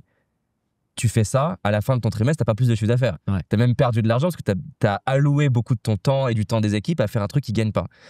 Et moi, ça m'a beaucoup aidé de me dire, en fait, arrête de vouloir gagner ton trimestre. C'est utile quand tu es comme ça et il faut absolument que tu puisses survivre au début. Et de se dire, c'est OK de descendre pour un jeu qui est plus long. Typiquement, mon entreprise, ce qui m'aide beaucoup à basculer en jeu infini, c'est de me dire, j'ai envie de créer une entreprise qui existe après ma mort. Ouais. Et ça m'aide à basculer en mode infini parce qu'en fait, après ma mort, la reconnaissance que j'ai, elle est beaucoup moins importante. Je suis mort. Et ça m'aide à penser quelles sont les étapes par lesquelles j'ai envie de passer qui maximisent les chances que Paradox existe dans 100 ans, quoi. Ouais. C'est intéressant. Et après, ça me faisait réfléchir parce que cette dimension compétitive, j'ai l'impression que c'est pas tant une question de la néantir, mais de la diriger de la bonne manière. Parce que j'ai l'impression que tu vois, tu l'as en toi, ce truc de... Enfin, on peut voir le côté négatif de je me compare, je veux être le meilleur, mais on peut aussi voir ce fuel qui te fait t'entraîner, qui te fait progresser, qui te fait regarder d'autres personnes. J'ai plus l'impression que c'est le ratio, quoi. Je pense que c'est même plus que le ratio, je pense que c'est le but final de ça. Mais pourquoi je le fais? Est-ce que je le fais pour écraser? Ou est-ce que je l'utilise en moteur pour apporter de la valeur à d'autres gens? Carrément. Et j'ai des potes, j'ai un ami avec qui on fait beaucoup de choses ensemble, et il fait des spectacles aussi. Et en fait, notre but, c'est de faire des spectacles à deux toujours plus gros, d'aller toujours plus loin. Et dès qu'il y en a un qui fait un spectacle, on se dit putain, mec, t'as fait telle salle, faut que je fasse aussi celle-là. Et en fait, à aucun moment on empiète sur l'autre. C'est plus, gars, tu m'inspires quand tu fais cette salle-là. Moi, je veux aller aussi là-bas et je veux qu'on fasse un truc à deux à la fin et je veux qu'on avance ensemble. Mais il y a une petite comparaison, tu vois, entre nous. Mais elle est jamais axée sur je veux être meilleur que toi. C'est pas pour le détruire, quoi. C'est ça. Et je pense que ça, et même en termes de flow, d'état de flow, je crois que c'est Mialai Csikszentmihalyi Mialai, j'espère que je prononce bien. J'arrive jamais son ouais, moi, je Miali, je m'arrête là souvent. Son prénom. Ouais, voilà. Et lui, il avait déterminé ses plein de critères pour entrer en état de flow. Et l'un des critères, c'est avoir un objectif suffisamment intense pour l'atteindre. Ouais.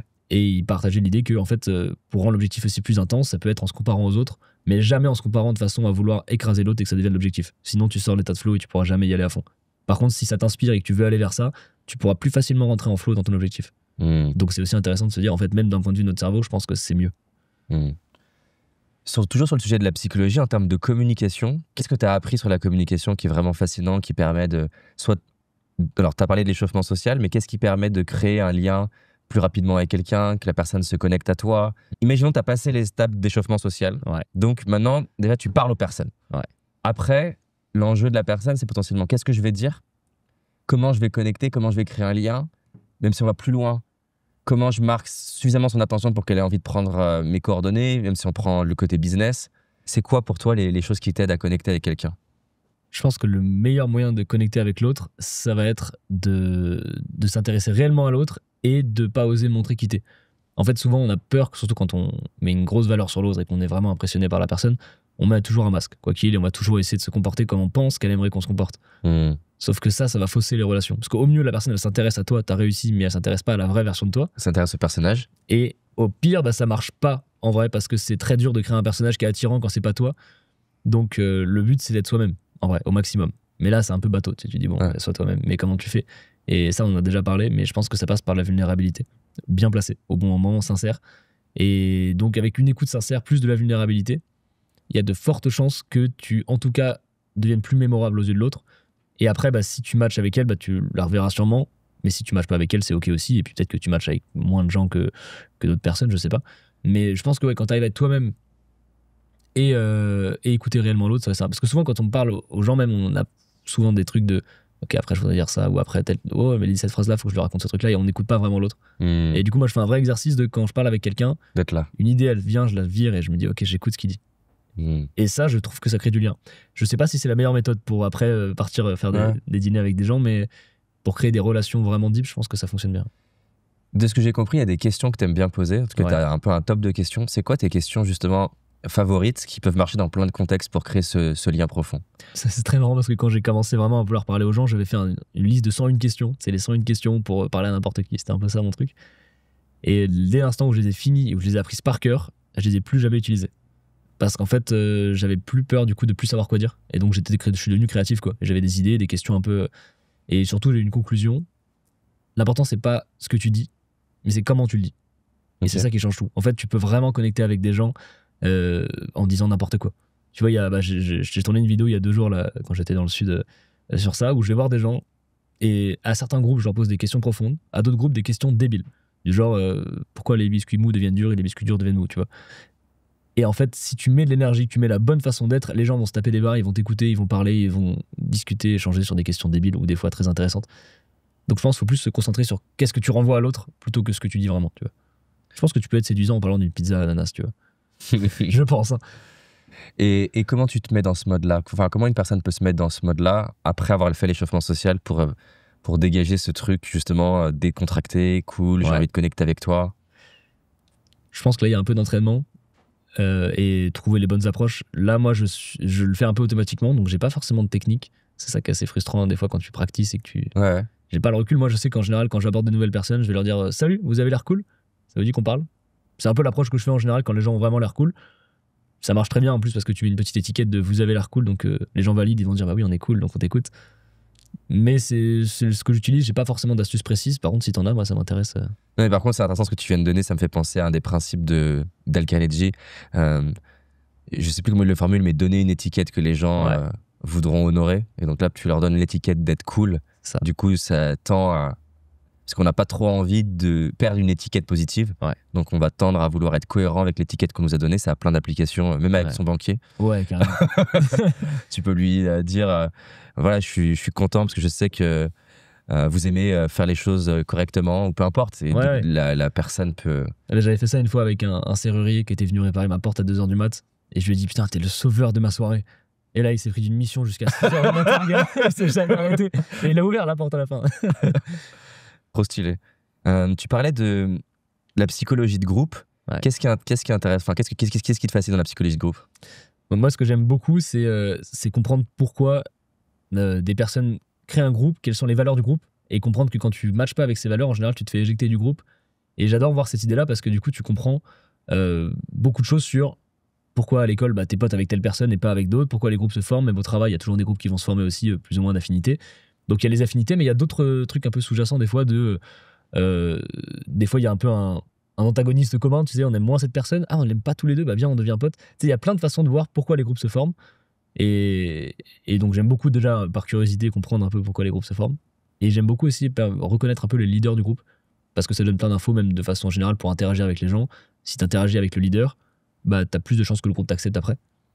Et le leader peut varier par contre, c'est pas toujours le même si c'est le même groupe. Ça va dépendre du contexte, de la discussion et de tout ce qui se passe. Et à quoi tu le repères par exemple?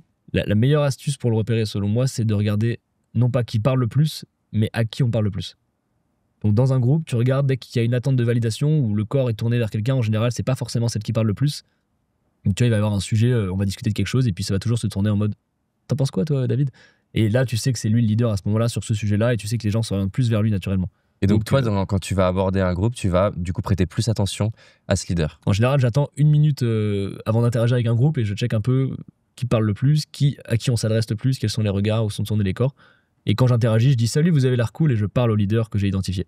Et là, t'es tout de suite accepté par le groupe. Super intéressant. J'aime bien, je trouve que c'est assez intéressant de voir comment il y a une espèce de psychologie cachée un peu, parce que souvent on pense à la psychologie individuelle, chaque personne, comment on fonctionne et tout. Et tu dirais qu'il y a une psychologie particulière de la personne qui est leader dans un groupe? Je pense qu'il y a il y a un côté plus autoritaire, enfin une petite autorité de cette personne qui peut décider d'arrêter l'interaction plus facilement que les autres, qui peut décider de partir ou pas. C'est un peu comme le plus simple à comprendre, c'est un chef de famille, on va dire, donc un papa avec ses 2 filles par exemple et sa femme. Moi, quand je tractais pour mes spectacles à Avignon il y a 2 ans, j'interagissais toujours avec le père et il fallait convaincre le père parce que je sais que si lui n'est pas convaincu, même si je parle aux autres et qu'ils sont intéressés, il se barre, tout le monde le suit. Et donc à ce moment-là, moi, mon seul but, c'est de convaincre le père, je le bluffe lui, et ensuite tout le monde sera intéressé et ça va fonctionner comme ça. Et il y a des choses, par exemple, qui sont intéressantes à comprendre dans la psychologie du leader, sachant que tu dis justement, il y a ce côté autoritaire, je sais que je peux décider, je sais que si ça me plaît ou pas, je fais quelque chose. Est-ce que tu peux utiliser ça à ton avantage? Ce côté... Justement, ce côté « je suis aux commandes », est-ce que tu peux l'utiliser à ton avantage, toi, quand tu vas l'aborder? Ouais, carrément, parce que tu peux l'amener à faire un peu les décisions pour tout le groupe entier. Typiquement, moi, c'était ramener les gens à mon spectacle, donc je sais que si je le bluffe et qu'il prend la décision d'aller voir le spectacle, ils iront à 4, en vrai. Et du coup, oui, ça peut être intéressant, et je pense que d'un point de vue même négociation, si dans une négoce avec plusieurs personnes d'un même groupe, tu détectes qui est le leader, probablement que les choix définitifs, ça viendra de lui. Et donc, c'est intéressant de se le mettre entre guillemets dans sa poche et qu'il t'apprécie et qu'il soit OK avec ce que tu dis, je pense. Le non-verbal, quelle place ça a dans l'étude, l'analyse du non-verbal de la personne à qui tu parles, à quelle place ça a dans le mentalisme? Là, je vais te lâcher une dinguerie, David. Un truc que probablement aucun mentaliste ne dira. Mais c'est mais c'est beaucoup moins important que ce qu'on pense. C'est qu'en fait, beaucoup de présentations se jouent là-dessus. Il y a beaucoup de gens qui vont analyser le non-verbal, moi je le fais aussi, et ça me passionne, et c'est des théories que j'émets des hypothèses, mais en vrai, sur le mentalisme de façon générale, je pense que ça y va à moins de 20%, tu vois. Ok. Donc c'est important, et moi ça me passionne, donc je me renseigne là-dessus, je fais des vraies déductions avec ça, mais en vrai, c'est beaucoup moins important que ce que les mentalistes laissent penser. La légende qui construisent autour. C'est ça. Et je te le partage, ça fait plaisir, mais c'est intéressant qu'on l'utilise quand même, évidemment, mais quand tu devines un prénom, en vrai, tu l'utilises pas tant que ça non plus. Les gens pensent que c'est ça, et nous, on laisse croire que c'est ça parce que c'est du divertissement, c'est du bluff, c'est cool. Et par exemple, la scène, enfin l'exemple de... T'as une scène comme ça dans Now You See Me, le film, et tu vois un des personnages qui a un peu ce côté justement à deviner, et d'ailleurs dans le teaser, c'est ça, et c'est par rapport à sa femme. Enfin, il va voir un gars, et en fait, il devine qu'elle a une amante, et la femme à côté, et il fait R, enfin, je sais plus, il prononce plus M, A, et il regarde son non-verbal, il dit OK, R, et après il reconstruit le prénom. Est-ce que ça, par exemple, tu t'es entraîné à faire ce genre de truc? Ouais, carrément. En fait, je m'entraîne à le faire, mais en même temps, ça peut jamais fonctionner à 100%. Mais tu regardes quoi, par exemple? Si on le faisait ensemble? Bah, tu veux qu'on teste ensemble? Ouais, je veux bien tester ensemble. Vas-y, on va tester. Donc, tu choisis quoi, un mot? Bah, on peut le faire. Quand on a organisé l'épisode, tu sais, je t'ai dit de venir avec un petit papier avec un prénom dessus. Yes. Tu l'as? Yes. Trop bien. Bah, tu peux le sortir ou le laisser dans ta poche pour l'instant, comme ça, on est sûr que je le vois pas. Donc, dessus, tu as dû écrire le prénom d'une personne que t'aimes bien. Yes. Qui n'est pas. Donc, son prénom et son nom. Son prénom, ok, bon, on va faire son prénom, sinon ça va être long, mais son prénom, ça va pas suffire. Donc, tu vas répéter son prénom dans ta tête. Tu le répètes vraiment, vas-y. Ok. Tu vois, il y a une toute légère contraction de la gorge. Je pense qu'à la caméra, ça peut se voir. C'est très léger, mais ça, en général, c'est pas sûr, mais ça veut dire qu'il y a le son R à l'intérieur, de façon générale. Là, tu confirmes, tu vois, t'as été un peu surpris, étonné. Donc, c'est qu'il y a bien le son R à l'intérieur. Ce que tu dis, donc j'étais surpris, j'ai été étonné, j'aurais réagi comment si c'était pas le cas? T'aurais probablement pas bougé, t'aurais peut-être eu un petit signe de mépris ou quoi sur la bouche en mode dommage. Ça dépend ce que tu cherches. Toi, je pense que t'es très curieux, mais t'es pas forcément dans le défi absolu. Tu veux pas que ça foire, tu veux juste tester. J'ai l'impression. Oui, je veux comprendre. Voilà, c'est ça. Donc, t'aurais pas été en mode ah, je l'ai bien eu. T'aurais plus été en mode ah, ça a pas marché, c'est intéressant. Ok. On peut continuer encore, aller un peu plus loin. Tu peux penser à peut-être au prénom dans son ensemble et tu vas le répéter dans ta tête. Ok. C'est très perturbant. Ouais. Ok. Je le répète. Ok. Et là, tu vois, il y a une très forte contraction des lèvres et quand je l'ai regardé, tu les as un peu détendues. Mais ça, en général, c'est qu'il y a une syllabe labiale. Donc, c'est les seules syllabes qui se touchent quand on les prononce. Tu sais, les P, les B et les M. Ok. Et là, tu as confirmé sur le M. Tu vois, tu as attendu de voir si j'allais le dire et j'ai dit M et tu as confirmé. Donc, je pense qu'il y a le son me à l'intérieur. Ok. Son M, ok. Là, tu as vu que tu es resté plus poker face qu'avant quand j'ai révélé la chose. Mais du coup, ça m'informe que ça veut dire que c'est bon. Je suis tombé dessus. Parce que sinon, tu aurais eu le même comportement ou un comportement différent. Mais là, tu as essayé de retenir un peu ton comportement pour. Et donc là, même dans ce que tu es en train de faire, est-ce que parfois, t'es pas sûr, mais le fait de le reformuler, c'est une manière, entre guillemets, de reconfirmer? Carrément, le fait de te dire ah, tu vois, là, t'as validé. En fait, si c'est pas ça, tu vas te moquer de moi presque. Et donc, je le verrai. Et si c'est ça, bah, je sais que c'est ça. Donc, c'est assez pratique. Et c'est intéressant parce que alors, pas du tout dans le même objectif, mais en coaching, typiquement, on va l'utiliser pour voir à quel point la personne, elle a ancré on a travaillé sur une croyance. Et je vais lui dire, donc là, ce que je vois, c'est que ça s'est vraiment ancré pour toi. Et je vais voir dans son non-verbal, est-ce qu'elle confirme que ça s'est ancré ou pas. Et donc, c'est intéressant, ça. Ouais, carrément. Donc, ok, on continue. Allez. Et bah, du coup, on va un peu sortir du prénom. Tu vas penser à la personne. Tu vas l'imaginer devant toi, comme si elle était là, peut-être. Ok. Et là, ça, c'est purement des stats. En plus, j'ai une chance sur 2, mais en général, quand tu fixes très droit dans les yeux, c'est un homme, et quand tu baisses les yeux, il remonte, c'est une femme. Ça, c'est juste des stats personnelles. Ça veut dire quoi? C'est vraiment une analyse perso, gars. Mais vu que t'es resté très droit, je dirais que c'est un homme. Je pense que tu penses à un homme, et du coup, c'est un pote à toi, forcément. Ok. Et c'est des stats vraiment perso. Tu crées des séparations dans certains spectacles. J'ai déjà eu des dingueries comme ça. Enfin, des dingueries un peu malaisantes sur scène où il y a des gens qui pensent à des trucs qu'ils devraient pas penser et t'es en mode non, je me suis trompé, oublie. Ah, tu vas me raconter après. Ok. Et du coup, quand tu l'as imaginé, il y avait vraiment un truc sympa. Bon, de toute façon, je t'ai demandé de penser à une personne que t'aimes bien, donc forcément, tu penses à un truc sympa. En plus, je crois que c'était un pote, c'est ça. Yes. Et par contre, je pense qu'il y a vraiment une notion de. Je sais pas, ça fait pas forcément peut-être longtemps que tu l'as vu. Je pense que tu l'as pas vu depuis longtemps, non? J'ai l'impression qu'il y a un truc de pote d'enfance, non?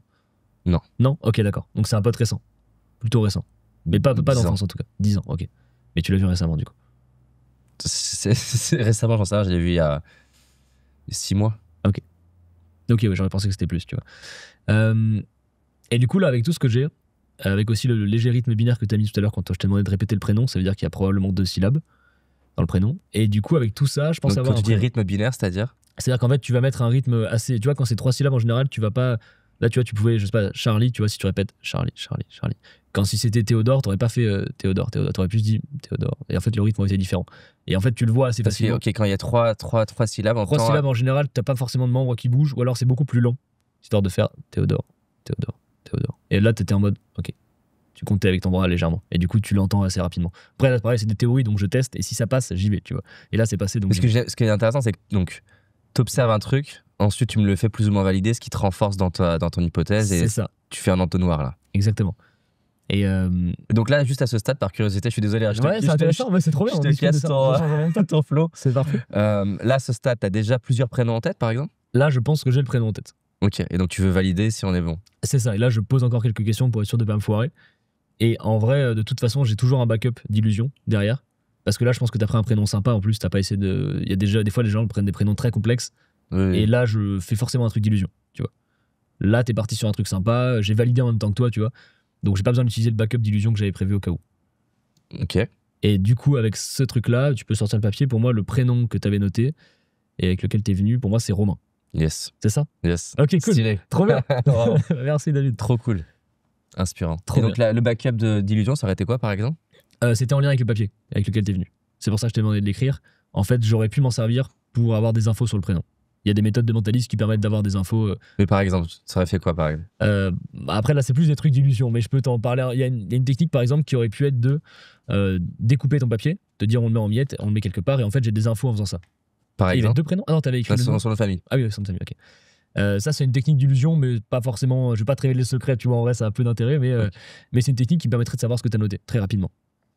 Bon, le fait de le découper. Ouais, tu peux garder un petit endroit, une petite info, et tu peux avoir l'information de ce qu'il y a dessus, tu vois, par exemple. Et ça me permettrait d'être sûr à 100%. Parce que tu vas reconnaître un morceau de la lettre, par exemple. Ouais, par exemple. Ok. Et tu vois, si je t'avais fait écrire sur un gros carnet, j'aurais pu, tu vois, si je t'avais demandé j'aurais passé le carnet maintenant, je te l'aurais fait écrire, j'aurais pu par exemple lire aussi un petit peu les lettres que t'écris, entendre aussi, parce que t'entends vachement les bruits. Et Donc, ça, tu des t'entraînes infos. comment? Tu t'entraînes à entendre quelqu'un qui écrit une lettre. Ouais, lettre Et- par lettre, chiffre par chiffre. Et c'est juste une question qu'à force de répéter, ton cerveau, il intègre le schéma. Ouais, Et donc, c'est à force d'entendre des R, des M, ouais, des... c'est vraiment ça. Ou Et- est-ce que tu fais, je sais pas, un exercice de visualisation, tu fermes les yeux, tu essaies de revisualiser les lettres. Intéressant. Non, c'est vraiment, Louis, ça s'entend. Par exemple, s'il y a un truc très simple en mentalisme, c'est le test des 5 symboles. En fait, tu dessines un cercle, une croix, des vagues, un carré et une étoile. Et tu demandes à la personne d'en choisir un et de le dessiner quelque part. En fait, au nombre de traits, t'entends directement quel symbole elle a choisi. Parce que tu sais très bien que si c'est un cercle, ça va faire un... Tu vois, si c'est des vagues, tu sais qu'il y aura 3 traits, une étoile, ça va être 5 traits. Et en fait, t'entends très facilement le nombre de traits de la personne. Ça, c'est les très grosses bases, tu vois, de Ouais, comment quand t'apprends ça. Voilà, c'est ça. Ça, je peux arriver à le faire. Ça, tu peux le faire, je pense. Ça, je peux arriver à tu te mets- faire ce soir à ma femme. Tu te mets dos à elle, tu lui demandes de dessiner une des 5 formes et tu vas l'entendre et tu pourras la reproduire. Ok, je vais tenter ça ce soir. Tu peux tester, tu me verras un message. Tu me diras. Si ça foire, putain, chier. Et si tu veux, je peux t'apprendre un truc un peu marrant. Vas-y. Juste avant de faire l'expérience, je reviens sur le truc qu'on a fait juste avant. Ouais.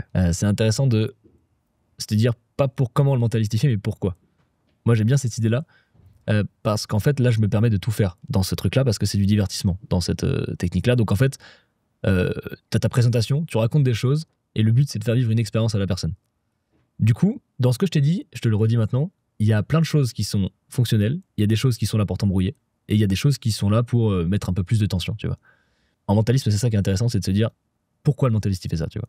Il y en a qui permettent de créer du suspense, ça captive l'attention. Il y en a. C'est pour créer une histoire, tu vois, créer un process, quelque chose de fluide dans la tête des gens, et il y en a qui sont là vraiment pour trouver ce que t'as en tête. Ok. Ok, alors est-ce que tu peux fermer les yeux? Super, je vais juste noter quelque chose. Garde bien les yeux fermés, comme ça je montre ça. Ok, tu peux ouvrir les yeux. On va faire un truc très très simple, une expérience de choix. Ok.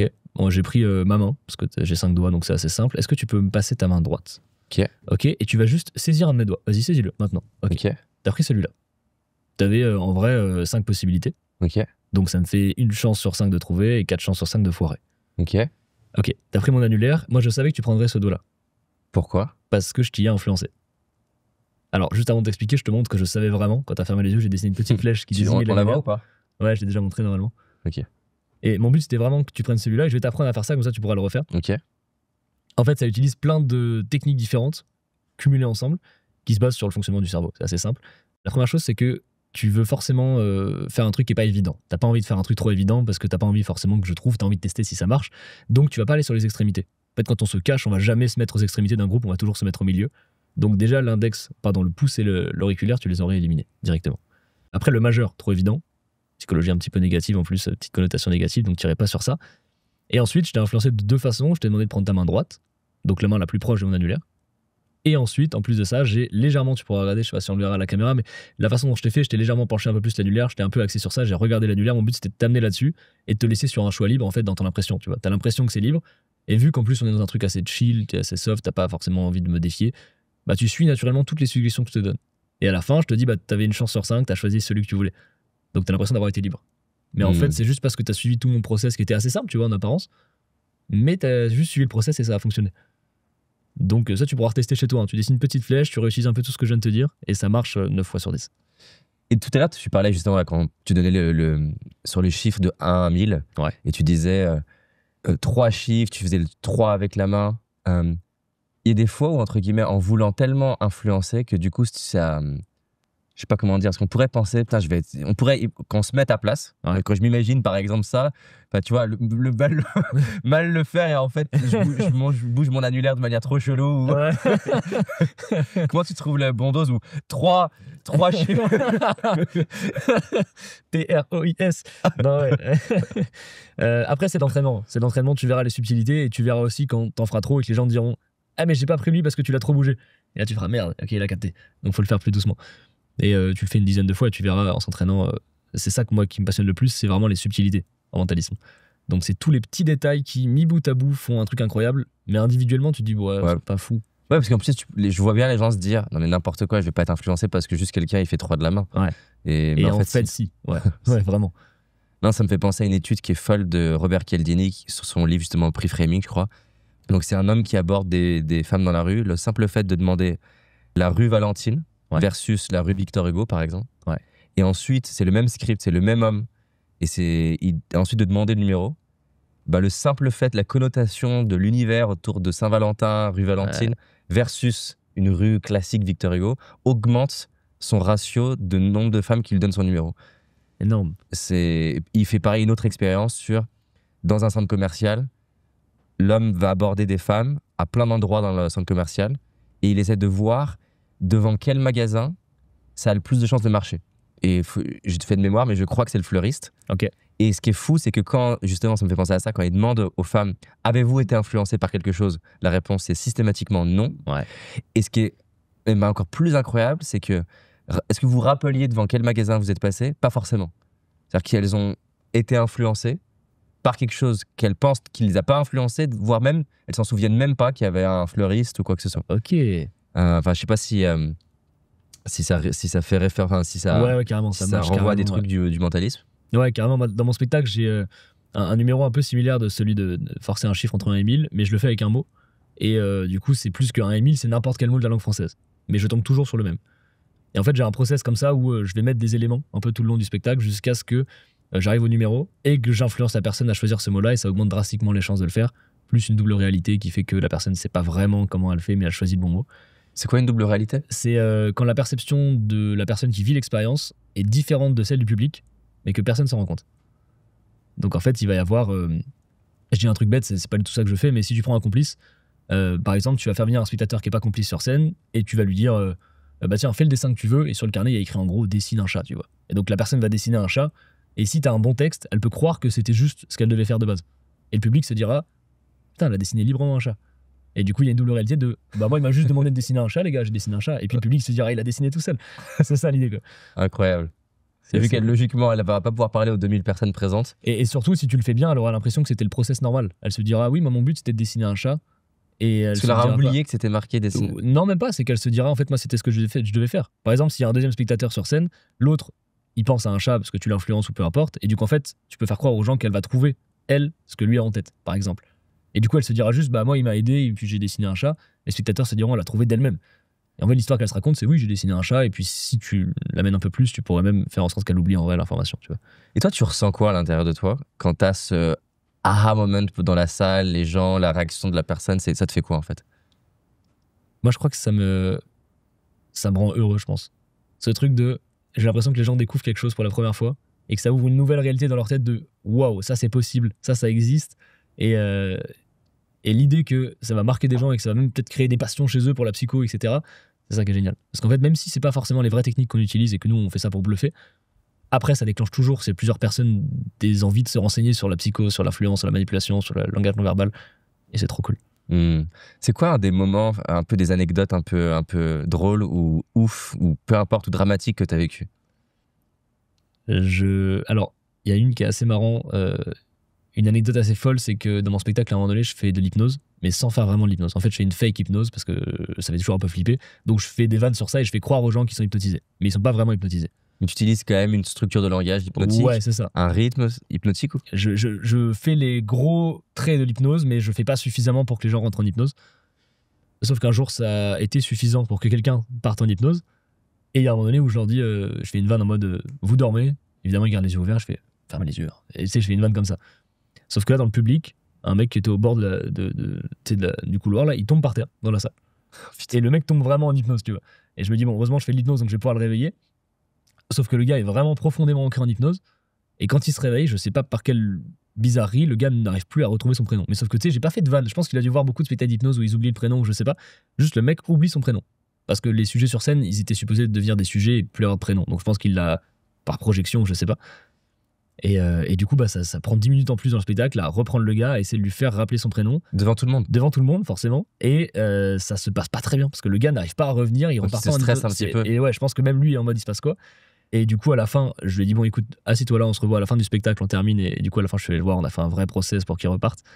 Mais c'est la première fois où un gars tombe vraiment en hypnose, le mec oublie vraiment son prénom, ça se passe mal et au final, je résous le truc. Mais du coup, à partir de là, j'ai vraiment cut le passage hypnotique. Et j'ai vraiment fait un truc beaucoup plus simple que d'hypnose. J'ai viré l'hypnose du spectacle parce que je me dis c'est une dinguerie que des gens peuvent être aussi réceptifs et partir autant dans l'hypnose pour rien. C'est fou. Mais du coup, je pense que c'est le truc un peu le plus bizarre qui me soit arrivé sur scène. Et tu disais là, tout à l'heure, justement, deviner des trucs un petit peu... Ouais. Ça me fait penser à un truc qui était un genre de mentaliste aux US. Parce qu'effectivement, il y a plein de styles de spectacles plus ou moins drôles, divertissants. Ouais. Et là, c'est un mentaliste, je pense que c'est un mentaliste aux US. Il met une ambiance dans la salle qui est genre... qui est presque pas angoissante, c'est pas le mot, mais c'est genre c'est ultra deep parce qu'en fait il va révéler des trucs ultra perso. Ouais. Et donc on était c'était un groupe d'entrepreneurs, 200 entrepreneurs. Et donc t'as une tension dans la salle de ouf parce que tu sais pas, et en plus il choisit des gens au pif. Ouais. Il choisit des gens au pif et tu vois d'un coup les gens enchaîner, d'un coup s'effondrer en larmes, d'avoir des trucs ultra perso. Je sais plus pourquoi je voulais partir. C'est intéressant. Est-ce que c'est Luc Germain ou pas du tout? Je pourrais essayer de te retrouver, mais en tout cas, je me souviens juste de l'ambiance. Putain, j'ai pas envie qu'il me choisisse. Et en même temps, les gens, ils avaient des grosses prises de conscience. Ouais. Ce truc d'un moment donné, révéler, trouver, penser, repérer des trucs un peu chelous. Tout à l'heure, on parlait de la tromperie, par exemple. Est-ce que tu as eu des scènes un petit peu comme ça où tu es en train de voir que tu vas sur un terrain qui est pas... Il vaut mieux pas que tu y ailles. En spectacle, jamais, parce que je vais vraiment que sur un aspect sympa et je devine des trucs cool sur les gens. Et par contre, pendant que je faisais le Club Med, toujours, j'allais faire du table à table le soir, tu sais. Et du coup, ça c'est plus du mentalisme comme on a fait là, toi et moi. Et je demande à un couple, au mec du couple, je lui dis est-ce que tu peux penser à la personne que t'aimes? Mon but c'était évidemment qu'il pense à sa femme, tu vois. Donc je lui demande pense à la personne que t'aimes, et moi je fais des petites vannes sur ça en mode on vanne, faudrait pas que ce soit une autre meuf que celle-là. Tu sais, je vanne sur ça un peu. Et puis je devine un prénom. Ouais, c'est terrible. Et je devine le prénom, j'avance et tout. Et à la fin, je tombe sur un prénom, je me souviens plus ce que c'était, mais on va dire Elisabeth. Je le révèle. Et le mec me dit non. Et je vois la tête de sa femme. Et je vois la tête du gars qui commence un peu à être agacé. Il est en mode non, c'est pas ça. Et je sens une tension très bizarre. Et j'ai l'impression, mais ça c'est ma déduction, parce qu'après j'ai fait ah non, mais c'est une grave erreur, je me suis barré. Mais j'ai vraiment l'impression que du coup la meuf connaissait une Elisabeth. Et que ce gars-là connaissait une Elisabeth. Et qu'il devait avoir déjà un truc très chelou. Parce que lui a commencé un peu à s'agacer pour aucune raison. C'est normal quand le mentaliste il rate, bah t'es juste en mode bon, t'as raté. Là, le mec, le fait qu'il soit énervé, je me suis dit c'est très chelou. Donc évidemment, j'ai pris tout sur moi et je me suis barré très vite. Mais c'était vraiment... Je pense à ce moment-là, j'ai peut-être débusqué un truc. Ou pas, ça se trouve, c'est moi qui projette, mais il y a moyen qu'il soit passé quelque chose de chelou à ce moment-là. T'as une ligne de business en fait. Tu peux créer une offre sur ton site pour les couples pour les conjoints qui ont des doutes sur leur conjoint. Ça démarre en spectacle classique, deviné à 1000, et au milieu il y a le petit numéro, et à la fin tu donnes une probabilité de chance que tu te fais tromper. Oh, le business machiavélique. Le mec qui paye c'est pas des inspecteurs, c'est comment le terme? Des détectives privés. Ouais, les détectives privés. Ça, ouais. Tu peux faire un détective privé où tu vas directement parler à la personne. Ouais, ce qui est très bizarre, c'est que pour que ça fonctionne cette expérience-là, il faut que le mec soit d'accord. Il faut qu'en fait le gars joue le jeu, parce que je peux pas deviner un prénom auquel il bloque, auquel il pense pas, tu vois. Donc c'est forcément qu'à un moment donné, il m'a donné cette info-là. Et c'est ça qui est chelou. C'est que moi je sais que j'ai pas foiré en vrai à ce moment-là. Donc c'est ça qui est très bizarre. Je sais pas pourquoi il a autant donné d'infos sur ça. Par rapport aux mensonges, toi dans ta vie de tous les jours, enfin même c'est une question d'ailleurs, on peut l'élargir à ça d'ailleurs. Quelle technique que tu as appris en psychologie ou mentaliste tu utilises dans ta vie de tous les jours pour développer ton business, ta carrière, tes relations? Et du coup, j'allais partir plus sur le mensonge, parce que c'est un sujet qui intéresse plein de personnes. Carrément. Est-ce que tu t'arrives à repérer en dehors de... du cadre du mentalisme à quelqu'un qui ment? Je pense que j'ai un bénéfice qui est énorme, c'est qu'en fait, enfin pas un bénéfice, mais entre guillemets une chance, un avantage, c'est que les mensonges, c'est plus facile à détecter quand t'as peur d'être détecté. Et en fait, quand t'es face à un mentaliste, qu'il soit bon ou pas en détection de mensonges, tu vas flipper du fait qu'il peut peut-être détecter les mensonges. Et donc, ça te rend encore plus faillible et tu peux encore plus laisser les indices parce que t'es stressé. Comme le détecteur de mensonges, tu vois. Des fois, les gens sont tellement stressés, je crois que ça s'appelle l'erreur d'Othello, c'est qu'en fait, du coup, ils ont des réactions de menteurs alors qu'ils sont juste stressés du fait de passer devant un détecteur. Mais quand t'es mentaliste et que des gens te mentent, ils ont plus peur que la moyenne des gens, ce qui est normal. Donc, je pense que ça m'avantage, en vrai. Et après, il y a la baseline. Baseline, le comportement naturel de la personne quand il se passe rien émotionnellement. Moi, c'est la technique principale pour ça. Pour moi, c'est toute déviation de baseline. C'est intéressant à analyser. Le vrai sourire, il y a 3 trucs si tu veux le détecter. C'est déjà le sourire est symétrique, sauf si la personne a une asymétrie de base dans sa baseline, mais si t'as pas d'asymétrie et que tu fais un sourire qui est plus comme ça, c'est pas un vrai sourire, tu vois. Et même si c'est léger, en vrai, ça donne l'info que c'est pas un vrai sourire. Parce que naturellement, on sourit des deux côtés. Et après, il y a les pas de doigts aussi, évidemment. Donc s'il n'y a pas de contraction, c'est très probablement un faux sourire ou un sourire très léger. Et dernier truc, c'est la ride du lion. Si elle est contractée ici, c'est en général un sourire forcé ou un rire forcé, parce que tu contractes pas naturellement ici. Donc tu vois, si je rigole en souriant, en contractant ici, c'est très bizarre. Et ça, c'est les 3 infos un peu pour détecter le vrai sourire. Et du coup, je m'en sers. Mais ça peut indiquer quoi? Ça peut indiquer un mensonge? Ça peut indiquer... En fait, ça peut indiquer que la personne force son sourire. C'est tout. Mais du coup, c'est intéressant après ce que t'en déduis. C'est là que c'est très dur, c'est qu'en fait, t'as beau être très bon en non-verbal, si t'es mauvais en interprétation, tu vas tout le temps te tromper. Peut-être que la personne, elle est très stressée d'être avec toi et qu'elle a envie de faire bonne image, donc elle te sourit. Mais elle fait un faux sourire du coup, mais elle te sourit parce qu'elle veut te montrer qu'elle est sympa et qu'elle est stressée. Ou peut-être qu'elle te mytho et qu'elle veut faire semblant qu'elle t'aime bien alors qu'elle te déteste, mais c'est à toi de faire tes déductions derrière. Mais il n'y a pas en tout cas des moments où toi tu te dis je vais essayer de déclencher un truc pour qu'elle sourie et essayer de voir si elle ment. Enfin, tu le fais ça? Non, j'essaie d'être très authentique avec les gens avec qui je suis dans la vie de tous les jours, sinon ça peut vite devenir flippant. Mais par contre, quand je vois une déviation de baseline, donc quand il y a un changement dans le comportement et que je le détecte, qui peut être parce que la personne me ment ou parce qu'elle cache une émotion ou parce qu'elle est stressée ou peu importe, je verbalise. J'essaie de discuter et c'est là que c'est un vrai avantage, c'est que tu vois une déviation de baseline et tu lui dis quoi par tu exemple? creuses. En général, moi, je verbalise directement, tu vois. Mais genre, tu vas verbaliser quoi par exemple? Je vais dire par exemple, là j'ai l'impression que soit que t'as menti, soit que t'as l'air un peu triste, tu vois, si je vois une émotion qui se passer mais qu'elle est contrôlée, et je le verbalise directement en fonction de ce que je vois, tu vois, pour créer vraiment une conversation, une discussion. Mais ça t'arrive déjà de dire à quelqu'un, là j'ai l'impression que tu mens? Ouais, ça m'est déjà arrivé. Raconte-moi ça. Ça m'arrive plusieurs fois, donc je vais prendre la tête. Parce que ça peut créer vraiment une situation de tension. Là, t'es triste, il passe bien, la personne va dire bah oui ou pas. Ouais. Mais t'as menti d'un coup là. Moi, ça m'est arrivé avec un. J'ai l'impression que tu mens, c'est sport. Avec un spectateur à la fin d'un spectacle. Ah, ok. Mais qui me partageait des. En fait, il me dit aussi qu'il est mentaliste, qu'il a des dons. Et du coup, moi, je suis pas du tout dans le don. Tu vois, pour moi, c'est très rationnel le mentalisme, et c'est très. Ouais, tu t'es entraîné. Voilà, c'est ça. Pour moi, tout le monde peut faire ce que je fais. Si tu avais mes techniques, tu pourrais faire la même chose, et ça s'arrête là. Et du coup, lui me parle un peu de. Moi, j'ai un don. Je sais un peu aussi lire les esprits comme toi, alors qu'il vient de sortir du spectacle, donc il a compris que c'était rationnel, mais il va quand même là-dedans. Et sauf qu'en fait, il va sur un truc un peu malsain, j'ai l'impression je sais parler aussi un peu aux esprits qui sont plus là, si t'as des gens avec qui tu veux parler. Et moi, je suis pas hyper fan de ça, mais j'ai rien contre ça non plus. Sauf qu'il commence vraiment à, tu sais, il y a d'autres spectateurs, ils commencent vraiment à leur faire des trucs en même temps, et je suis en mode, gars, là, tu prends les spectateurs qui étaient là, tu leur fais passer un moment bizarre parce qu'ils te connaissent pas et que t'es en train de deviner des trucs sur les gens qui les ont quittés, c'est très chelou. Et du coup, à la fin, il reste jusqu'au bout, évidemment, et du coup, à la fin, je vais le voir quand tout le monde est parti, on discute. Et en fait, dans ces analyses, j'ai l'impression qu'il y a beaucoup de choses qui sont un peu bullshit, et j'ai pas l'impression qu'il y croit vraiment. Il a pas une vraie conviction, donc je me dis, soit il veut jouer à un jeu pour me donner l'impression qu'il sait le faire, soit je sais pas son but derrière, mais j'ai l'impression qu'en tout cas, il est pas convaincu de ça. Et les gens qui, à la limite, sont convaincus de parler aux esprits, en vrai, why not? S'il y a des gens qui ont envie de le faire, let's go, tu vois. Mais quand t'es pas convaincu et que tu fais ça pour autre chose, c'est très bizarre, je trouve. Et du coup, je lui dis, gars, j'ai l'impression que tu mens et que tu sais pas vraiment lui parler aux esprits, etc. Donc on discute de ça. Et le gars le prend pas tellement mal, en vrai. Il me dit, non, vraiment. Après, il commence à me développer un peu pourquoi il sait parler aux esprits et tout. Et puis, ça se termine par lui qui me dit qu'en vrai, il a toujours voulu connaître le mentalisme et tout, mais qu'il comprend pas vraiment comment ça marche et que du coup, il fait ses propres analyses et qu'il sent qu'il a un truc en lui. Donc au fond, c'était pas un mec malveillant. Mais par contre, le tu mens, ça a emmené une autre dimension de la conversation qui était plus je suis un gars qui parle aux esprits, mais je suis un gars un peu stressé en vrai qui essaie de faire un peu ce que tu fais. Et voilà, et ça c'est directement. Et tu vois, c'était pas forcément une confrontation, mais encore une fois, c'est comment tu dis les choses. C'est pas ce que tu dis qui est important. Si je lui avais dit tu mens, David, là t'es en train de me mentir et j'aime pas, là ça serait chelou, tu me confrontes. Alors si je dis putain, j'ai l'impression que tu mens. Pourquoi j'ai l'impression, tu vois, est-ce qu'on peut en discuter? J'ai l'impression qu'à ce moment-là, t'as dit ça, mais c'était pas vraiment ça. Ça passe en vrai. Et t'as déjà fait ça dans des contextes plus perso? Je la mets pas comme ça en général. Si je suis avec avec sa copine. Avec ma copine, pourquoi tu me mens? Non, ça n'arrive pas. Mais par contre, je reviens sur le point où j'ai l'impression qu'il y a il y avait un truc bizarre. Non, je mets les mots. Et qu'est-ce que tu utilises de tout ce que tu as appris en psychologie, en communication dans ta vie, hors le moment où tu es sur scène ou en train de faire de faire le show, on va dire? Je pense que la chose que j'utilise le plus du mentalisme en dehors des spectacles, etc., ça va vraiment être sur la communication et comment créer du lien rapidement. Ok. Quand je suis sur scène, en fait, mon but, c'est de créer un lien très rapide avec la personne qui monte sur scène avec moi, avec le spectateur, parce que plus il va m'apprécier, plus il va me faire confiance et plus il va suivre un peu ce que je dis. Donc en fait, le but, c'est vraiment qu'il ait envie que ça marche autant que moi. Donc ça, c'est des techniques très simples pour créer du lien très vite avec les gens, comme la synchronisation, tu sais, te comporter un peu de la même façon. Ça, tu le fais? Posture, ça, je le fais beaucoup sur scène, ouais. Choper les intonations, si la personne a un type de langage, le répéter directement le plus vite possible. Par exemple? Par exemple, si tu vois qu'elle te parle en disant, je sais pas, qu'elle a un vocabulaire précis, un mot précis ou je sais pas, qu'elle utilise beaucoup le mot genre ou des trucs comme ça, moi, je vais volontairement utiliser un type de langage que j'ai pas, mais avec elle, pour qu'elle se dise, ah, on est dans la même team. C'est un peu ça. Parce que quand t'as des potes, en fait, t'as les mêmes types de langage en général. Si t'as des expressions communes avec tes potes.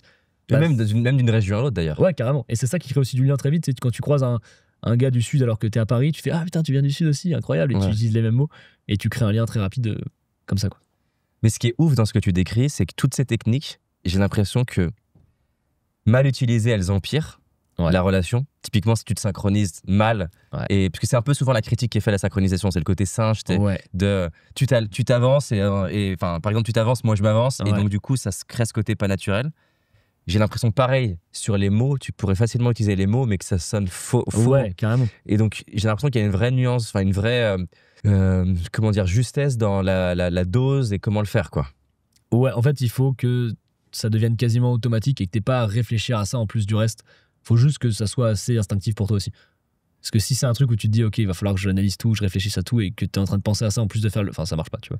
Et jusqu'où tu vas aller dans la synchronisation? Par exemple, il y a des personnes qui vont dire, si la personne a les bras croisés, tu peux croiser les jambes, par exemple. Et donc pas forcément faire exactement la même chose, mais dans une forme de mood similaire. Carrément, moi, c'est ça que je cherche, c'est plus la subtilité. C'est pas si là, t'es assis comme ça et un peu reculé, je vais me reculer et m'asseoir comme ça. Ouais, mais non, c'est plus l'énergie que t'as, tu vois. Si t'es très énervé, par exemple, je vais parler avec toi de façon un peu plus énervée que d'habitude pour te montrer qu'on est au même niveau, et après, si on veut redescendre, du coup, je redescends progressivement. Mais c'est plus la vibes générale de la personne que je vais essayer de calquer, plus que le moindre mouvement qu'elle fait.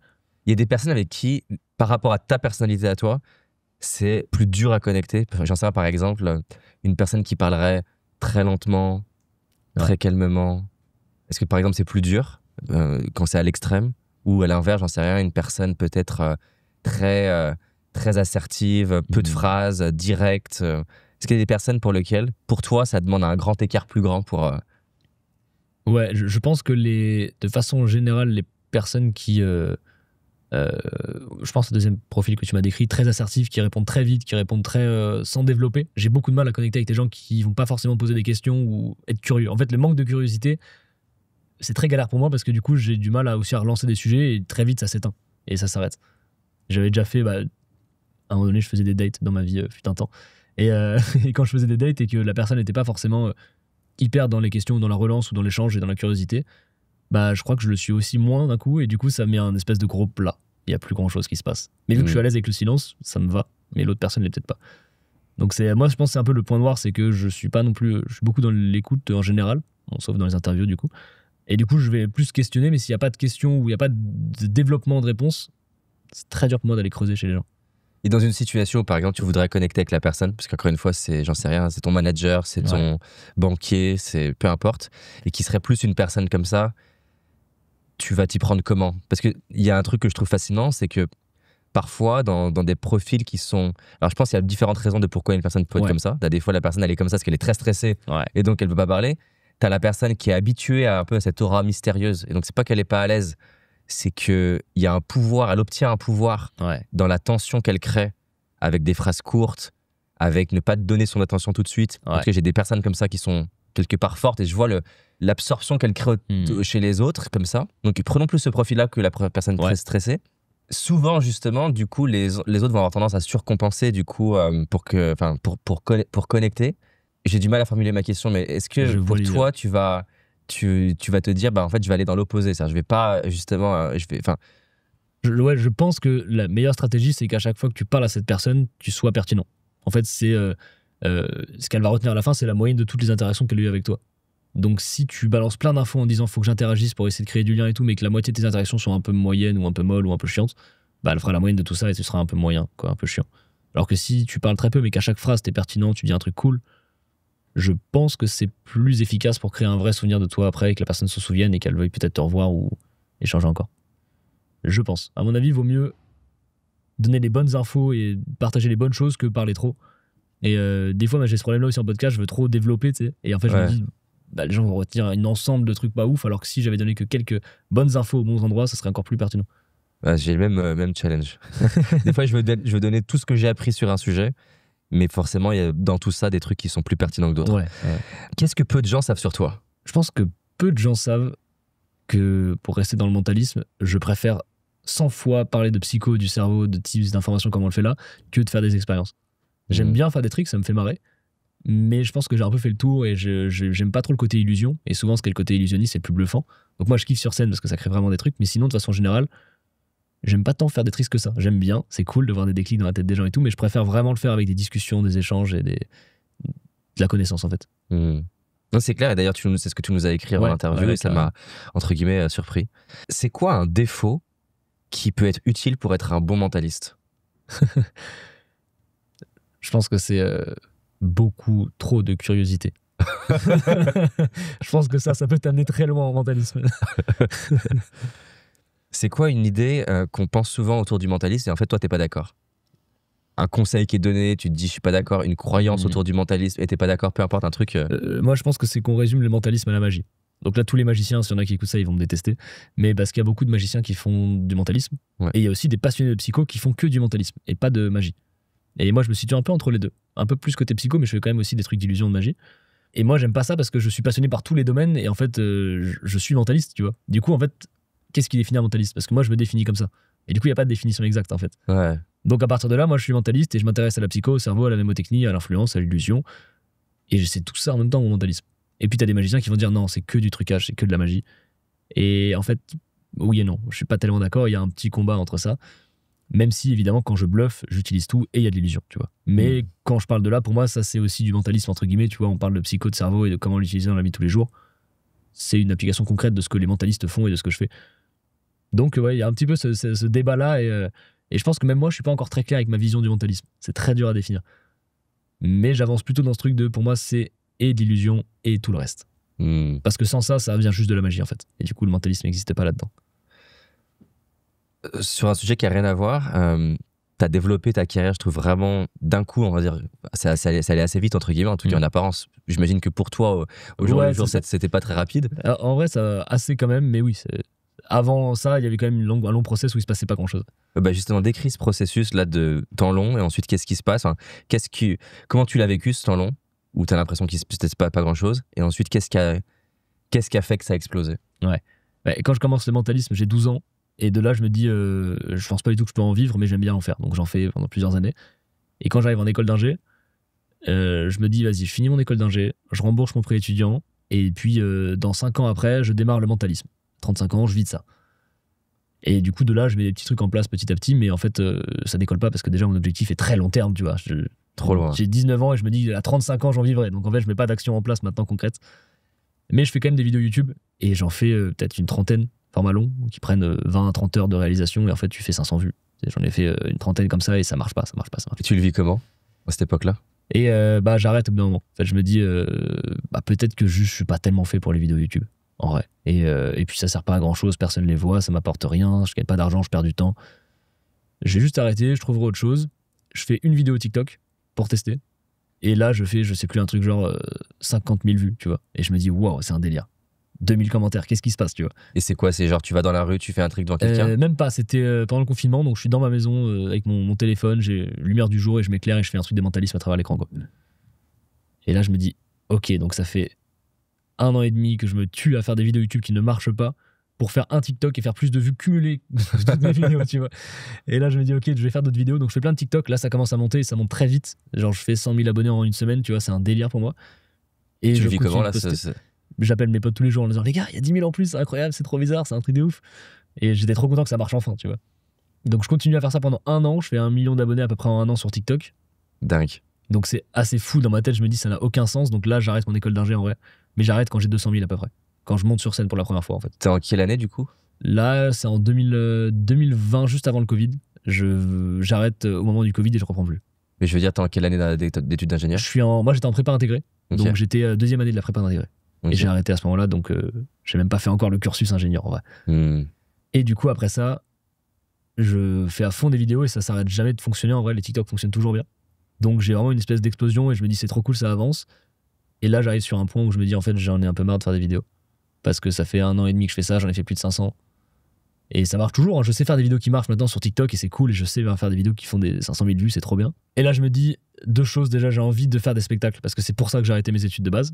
Okay. Donc là, je cherche par tous les moyens de faire de la scène. Donc je vais faire le Festival d'Avignon, c'est un spectacle par jour pendant 20 jours. Après, je fais une petite tournée. Et après, Fabien Olicard me contacte en me disant viens, on se voit, j'aime bien ce que tu fais. Si t'es chaud, on fait de la scène ensemble et je te produis une coprod. Donc c'est génial. Et à côté de ça, je me dis aussi, j'adore faire des vidéos en vrai. C'est juste que j'en ai marre de faire une usine de vidéos et de sortir des trucs pour les sortir parce qu'il faut que j'entretienne une commu. Je veux apporter une vraie valeur et faire à chaque vidéo qui sort, je veux que j'en sois vraiment très fier et je veux vraiment qu'il y ait un but derrière. Et du coup, les vidéos YouTube, ça correspond bien parce que je peux en sortir moins, mais très quali avec. C'est quoi ton rythme? Là, j'en suis à 1 par mois. Je vais essayer de passer à 2 par mois. Et en vrai, 1 par mois, ça te permet d'en vivre, de faire des formats courts quand même. J'en fais peut-être 4 par mois, tu vois, des vidéos courtes maintenant. Et de faire la promo dont j'ai besoin pour les projets, de faire un peu tout ce que j'ai envie de faire. Donc là, je me retrouve beaucoup plus dans ce rythme-là, tu vois. Et donc là, tu te mets donc à créer des formats YouTube, t'en sors 1 par mois. Qu'est-ce qui a changé entre le YouTube qui marche et le YouTube qui marche pas? Déjà, les YouTube Shorts, qui fait que j'ai pu reposter tous mes TikTok que j'avais fait depuis 1 an et demi sur YouTube Shorts. Et du coup, ça a fait décoller ma chaîne. Oh, stylé. Et donc ça, c'est cool. Et ça a fait décoller mes anciennes vidéos que j'avais fait, les 30 vidéos que j'avais fait pour rien. En fait, elles ont toutes pris des vues et elles sont devenues utiles, quoi. Et c'est là que j'aime bien l'idée de se dire que tout ce que tu fais te servira forcément à un moment donné, même si t'as pas forcément conscience de pourquoi. Qu'est-ce que t'as fait dans ta trajectoire qui est un peu à contre-courant de ce que plein de gens font, qui s'avérait marcher, une stratégie un peu paradoxale? Là, comme ça, je dirais arrêter mon école d'ingé pour faire des TikTok. Ouais, je pense que c'est assez paradoxal en vrai. Et je pense que c'est le plus gros choix de ma vie, on va dire. Aujourd'hui, c'est Tes parents, ils ont dit quoi? Ma mère m'a toujours dit je veux que tu fasses un truc qui te plaît. Et là, elle l'a mis en application. Donc en vrai, c'est cool. Et mon père, il très détaché. Enfin, tu sais, très. Il va pas forcément. Il m'a dit c'est ce que tu veux faire, oui, bah alors vas-y. Okay. Et ça s'est arrêté là, tu vois. Mais vu qu'il est aussi musicien, il a côté artiste, il comprend aussi ce truc-là, donc c'est cool. Donc ma famille proche a très bien compris. Les cousins, les grands-parents, les oncles et tout, un peu moins. Ils étaient en mode putain, Charlie, t'es très intelligent à l'école, pourquoi tu continues, tu vois? Tu vas juste rater ta vie là. Au début, ils comprenaient pas, maintenant ils comprennent très bien, c'est cool. Là, quand on te voit, on pourrait facilement imaginer que c'est une vie toute rose. Aujourd'hui, t'as une chaîne YouTube qui explose, TikTok qui explose, spectacle, tournée. Qu'est-ce qu'on voit pas qu'est-ce qu'à première lecture, on voit pas qui est en fait challengeant et dur en fait dans ces 3 dernières années ou dans ton parcours ou au quotidien ou peu importe? Il y a une peur qu'on voit pas, qui est celle de disparaître. En vrai. Ça, c'est un truc que j'ai tout le temps en tête et j'ai pas réussi pour l'instant à m'en débarrasser. Ce truc d'en fait, ouais, ça fonctionne, mais le jour où ça fonctionne plus, ou juste le jour où, peu importe ce qui se passe, tu n'existes plus sur les réseaux, bah tu remplis plus de salles et tu disparais et tu fais quoi de ta vie? Et ça, c'est un truc qui reste en vrai. Donc j'ai ce truc-là un peu en tâche de fond tout le temps. Et il y a une partie de moi aussi qui ne comprend pas pourquoi c'est moi qui fais ça, un petit syndrome de l'imposteur. Pourquoi ça marche pour moi, ça? Ouais, c'est ça. Pourquoi est-ce que c'est moi qui fonctionne sur les réseaux? Il y a plein d'autres mentalistes. Pourquoi est-ce que c'est... Alors, je suis pas le meilleur en plus du tout en mentalisme. Pourquoi est-ce que c'est moi qui fonctionne? Pourquoi est-ce que c'est moi, par exemple, même que le petit Charlie qui était fan de Fabien, pourquoi est-ce que c'est lui qui a été choisi par Fabien, entre guillemets, quand j'étais petit? J'étais en mode, c'est un truc de ouf. Et quand il m'a contacté il y a 3 ans, j'étais un peu comme un ouf, tu vois. Et pourquoi? Il y a vraiment une espèce de remise en question sur ça, de me dire, bah, j'ai beaucoup de chance, donc je vais aller à fond, je vais l'honorer, tu vois. Mais ouais, j'ai ce truc-là quand même en moi aussi de... Ok, c'est un délire, je vis des trucs trop cool, mais par contre, est-ce que vraiment c'était moi la meilleure personne pour vivre ça? Je sais pas. Il y a ce truc-là. Et tu dirais que c'est quoi en fait? Pourquoi ça a marché pour toi? Je pense qu'il y a une bonne partie de chance en vrai. J'ai fait des vidéos au bon moment, j'ai une tête qui passe bien en vidéo, je pense. Le timing était très bon, je pense, donc j'ai eu de la chance sur ça. Et il y a eu un truc aussi de persévérance, je pense, j'ai jamais arrêté. J'ai fait 4 vidéos par semaine pendant 2 ans sans jamais m'arrêter. Donc je pense que j'ai mis plein de chance de mon côté pour que ça marche, avec beaucoup de chance de départ, quoi. Ce qui, en soi, quand même, a beaucoup de chance d'arriver dans beaucoup de cas. Hein. Quand tu persévères sur quelque chose que t'aimes vraiment pendant 2 ans, ouais. Il y a souvent la chance qui va se pointer à un moment donné. C'est vrai. Au bout de 2 ans, au bout de 4 ans, tu sais pas trop. Ouais. En fait, j'ai l'impression, et je pense que c'est là que j'ai un petit syndrome, de pas avoir eu besoin de trop galérer pour y arriver. J'ai fait quand même une période où j'ai eu beaucoup de temps sans rien faire après mon école d'ingé et tout, ça n'a pas forcément marché tout de suite, mais ça a quand même pris assez rapidement. C'est ça qui crée la peur que ça s'arrête? Ouais, je pense que c'est vu que c'est arrivé très vite, j'ai peur que ça parte très vite. Je pense. C'est drôle parce qu'en tout cas, j'ai fait une très bonne interview avec Eve Adams. Ouais. C'est vraiment une de ces. Tu sens qu'il y a un truc viscéral, quoi. Là. Je crois qu'il dit la peur du lendemain. Okay. La peur que demain ça s'arrête. Malgré box office, c'est Kev Adams. C'est intéressant.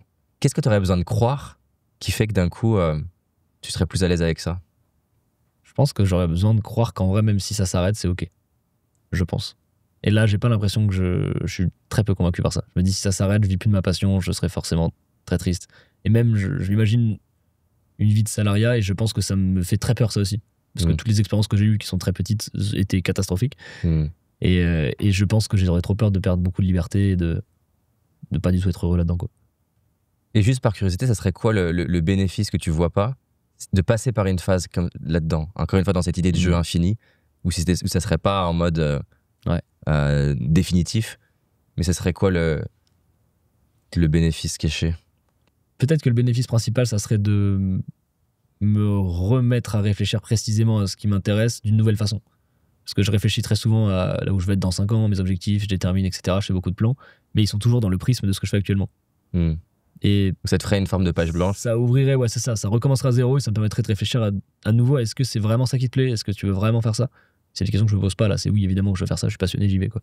Mais ça se trouve, peut-être que je découvrirais qu'autre chose me plaît encore plus, tu vois. Ça créerait à la fois le côté page blanche, plus le côté est-ce que j'en ai vraiment envie? De quoi j'ai envie? Qu'est-ce qui m'inspire?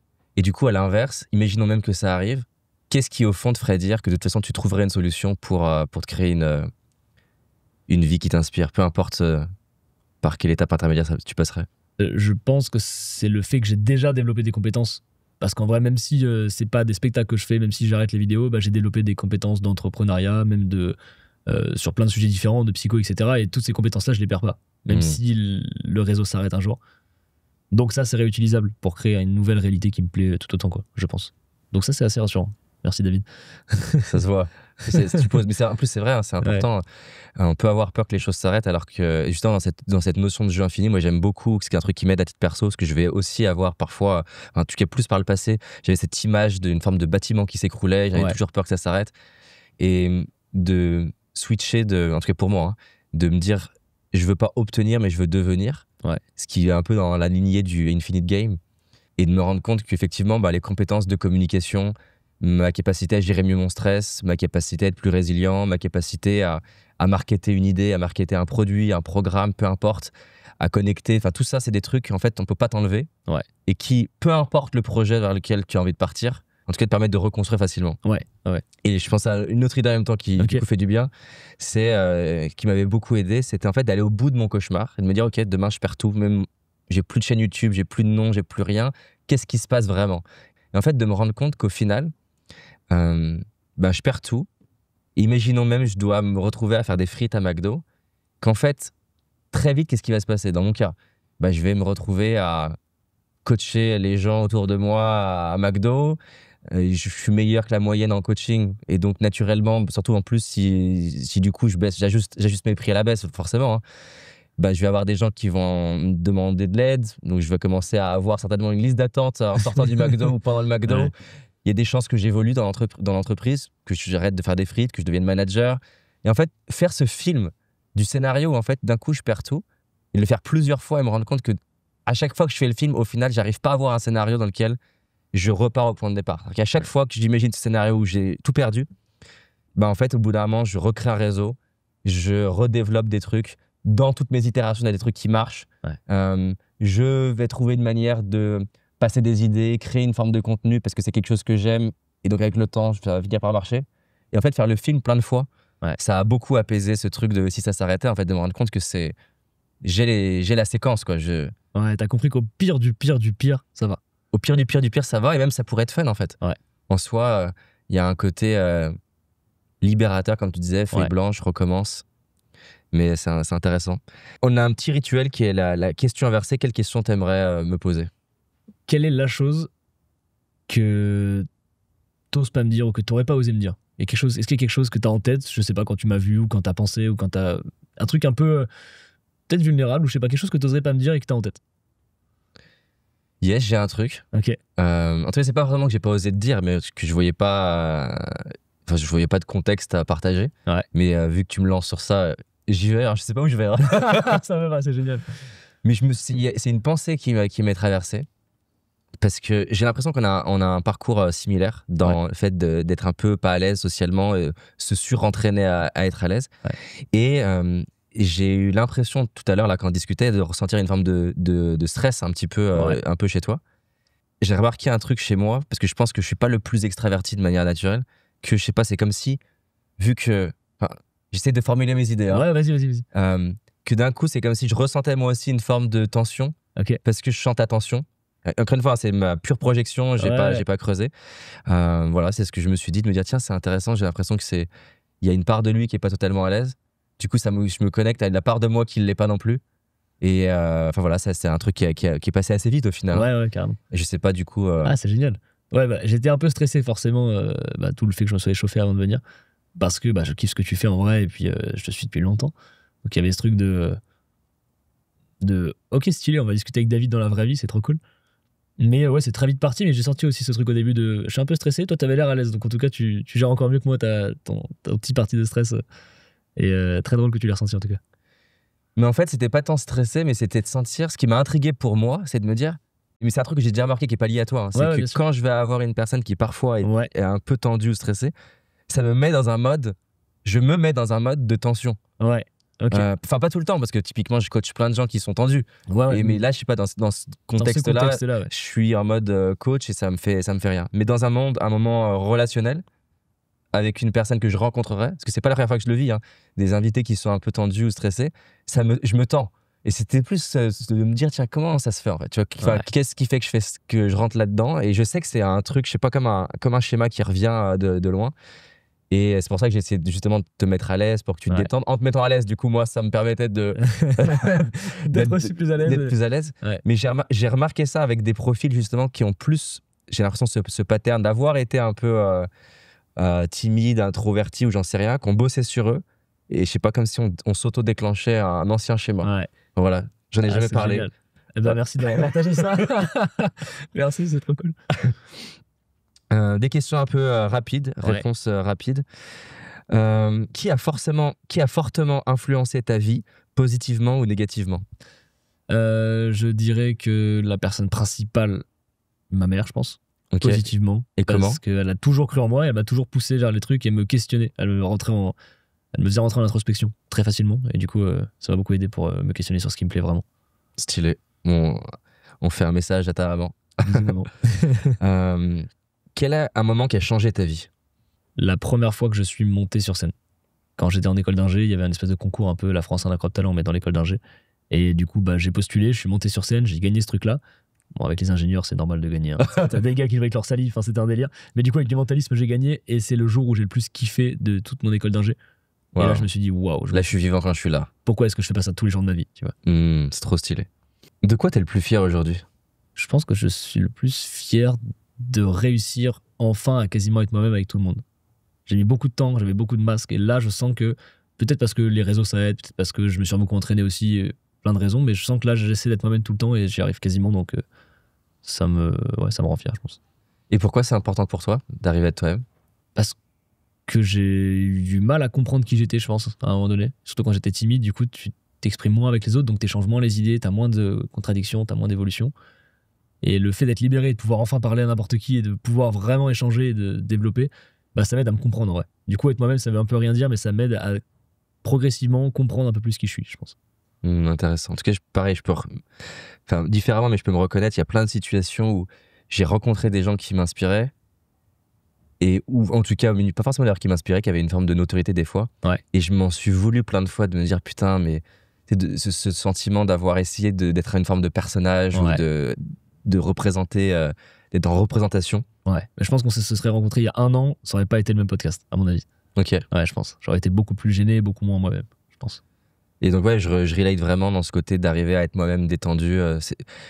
Tu vois, quand souvent je vois Richard Branson, ma plus grosse fierté quand j'ai rencontré Richard Branson, au-delà de l'avoir réussi à trouver le moyen de le rencontrer après avoir dit pendant 3 ans à l'équipe que je vais trouver un moyen, c'est que quand je suis assis à côté de lui sur le canapé, en fait, je suis détendu. C'est-à-dire que je suis détendu, je sens que j'en fais pas des caisses pour essayer d'être apprécié par lui. Je dirais pas que je suis totalement naturel, mais par rapport à d'où je pars, et quand je repense, souvent je prends cet exemple-là de ma rencontre avec Jay-Z, où je suis pas du tout naturel, et c'est au final, en fait, il repart et je suis en mode putain, waouh, le chemin parcouru entre un moi qui essaye de faire ce qu'il faut pour être aimé ou d'avoir du lien, et c'est ok en fait, si j'arrive même pas, ça va bien se passer. C'est quoi un des meilleurs conseils qu'on t'ait donné? C'est pas grave si tu foires et c'est même bien. Ça, je pense que c'est un des conseils qui m'a le plus aidé, de me dire en fait on s'en fout de foirer, et puis c'est le cliché, mais l'échec fait progresser, et c'est vraiment ça qui t'apporte des nouvelles réflexions, des nouvelles idées, donc let's go. Let's go. C'est quoi ton moteur aujourd'hui qui continue de te pousser à aller de l'avant? Aujourd'hui, je pense que c'est principalement, en termes de pro, je parle, ça va vraiment être la sensation que j'ai sur scène et les retours des gens après. Dans les spectacles, en fait, du coup, c'est vraiment les spectacles. C'est du coup ce qui fait que j'ai envie de faire plus de vidéos pour remplir plus de salles, plus de projets à côté aussi pour faire plus de salles, pour créer plus de liens avec les gens. Et t'as un symbole un peu de l'accomplissement ultime que t'aimerais vivre dans ta vie? Une salle? J'ai pas de salle. J'aimerais bien faire le casino de Hyères-les-Palmiers, qui est une ville où je suis né, qui est la ville où je suis né. C'est combien de personnes? C'est pas énorme, hein, c'est 600 places, je crois, donc ça sera faisable. Ça, je le ferai, mais ça sera pas l'accomplissement de ma vie. Mais je pense que si toute ma vie j'arrive au moins à pouvoir faire des spectacles et à remplir des salles, peu importe la taille en soi, tant que je peux jouer sur scène devant des gens jusqu'à la fin du fait que j'en ai marre de jouer, peut-être que 60 ans j'arrêterai, tu vois, ou même avant. Mais je pense que tant que j'arrive à faire des spectacles du temps que je veux le faire, ça me va. C'est le plus important. Ouais, c'est ça. C'est quoi un des meilleurs investissements que t'aies fait? Mon vieux téléphone avec lequel je tournais les vidéos quand j'ai commencé là. J'ai acheté un téléphone, je crois que c'était un Honor, dans ma tête c'était un truc de ouf, il coûtait je crois 400 €. Je me suis dit putain, j'ai acheté un téléphone de ouf pour faire des vidéos, et du coup je filmais avec, j'étais refait, il y avait écrit caméra avec une IA, ça devait être un truc marketing de ouf, mais j'étais refait et j'ai fait toutes mes vidéos jusqu'à mes 1 million d'abonnés je crois sur TikTok avec, et c'est le truc le plus rentable et le plus le plus cool. En plus à l'époque j'avais moins d'argent, donc j'étais en mode 400 balles, il faut vraiment que ce soit rentable. Il faut qu'il y ait un retour sur investissement. C'est quoi la croyance que t'as qui n'est pas partagée par tout le monde? C'est ce qu'on s'est dit tout à l'heure, c'est on s'en fout de ce que tu dis, l'important c'est comment tu le dis. Beaucoup de gens sont en mode non, c'est important de... Je pense que vraiment, ton énergie vaut beaucoup plus que tes mots, je pense. C'est clair. Si tu pouvais manger avec n'importe qui, vivant ou décédé, une ou plusieurs personnes, tu choisirais qui? La première chose qui m'est venue là, c'est Jésus ou Hitler. Et je prendrais les popcorn et je regarderais, je pense, ce qui se passe. Tu les ferais discuter? Ouais, je pense. Par curiosité. C'est la première chose qui m'est venue. Ok. Incroyable. J'ai vu que tu la posais dans la rue, la question, c'est une question que j'aime bien. Si tu pouvais marquer sur un panneau 3x4 que des millions de personnes pouvaient voir, qu'est-ce que tu aimerais marquer, toi? La vie est un jeu, je pense. Parfait, c'est beau ça. Et si tu pouvais parler à l'ancien toi, le jeune toi, qu'est-ce que tu aimerais lui dire? Je pense que je lui dirais pas tout ce qu'on a fait. Je lui dirais juste continue de faire et de réfléchir surtout, et d'apprendre des choses. Apprendre. Ouais, apprendre. Stylé. Merci Charlie en tout cas. Merci à toi David. C'était cool. C'était très cool.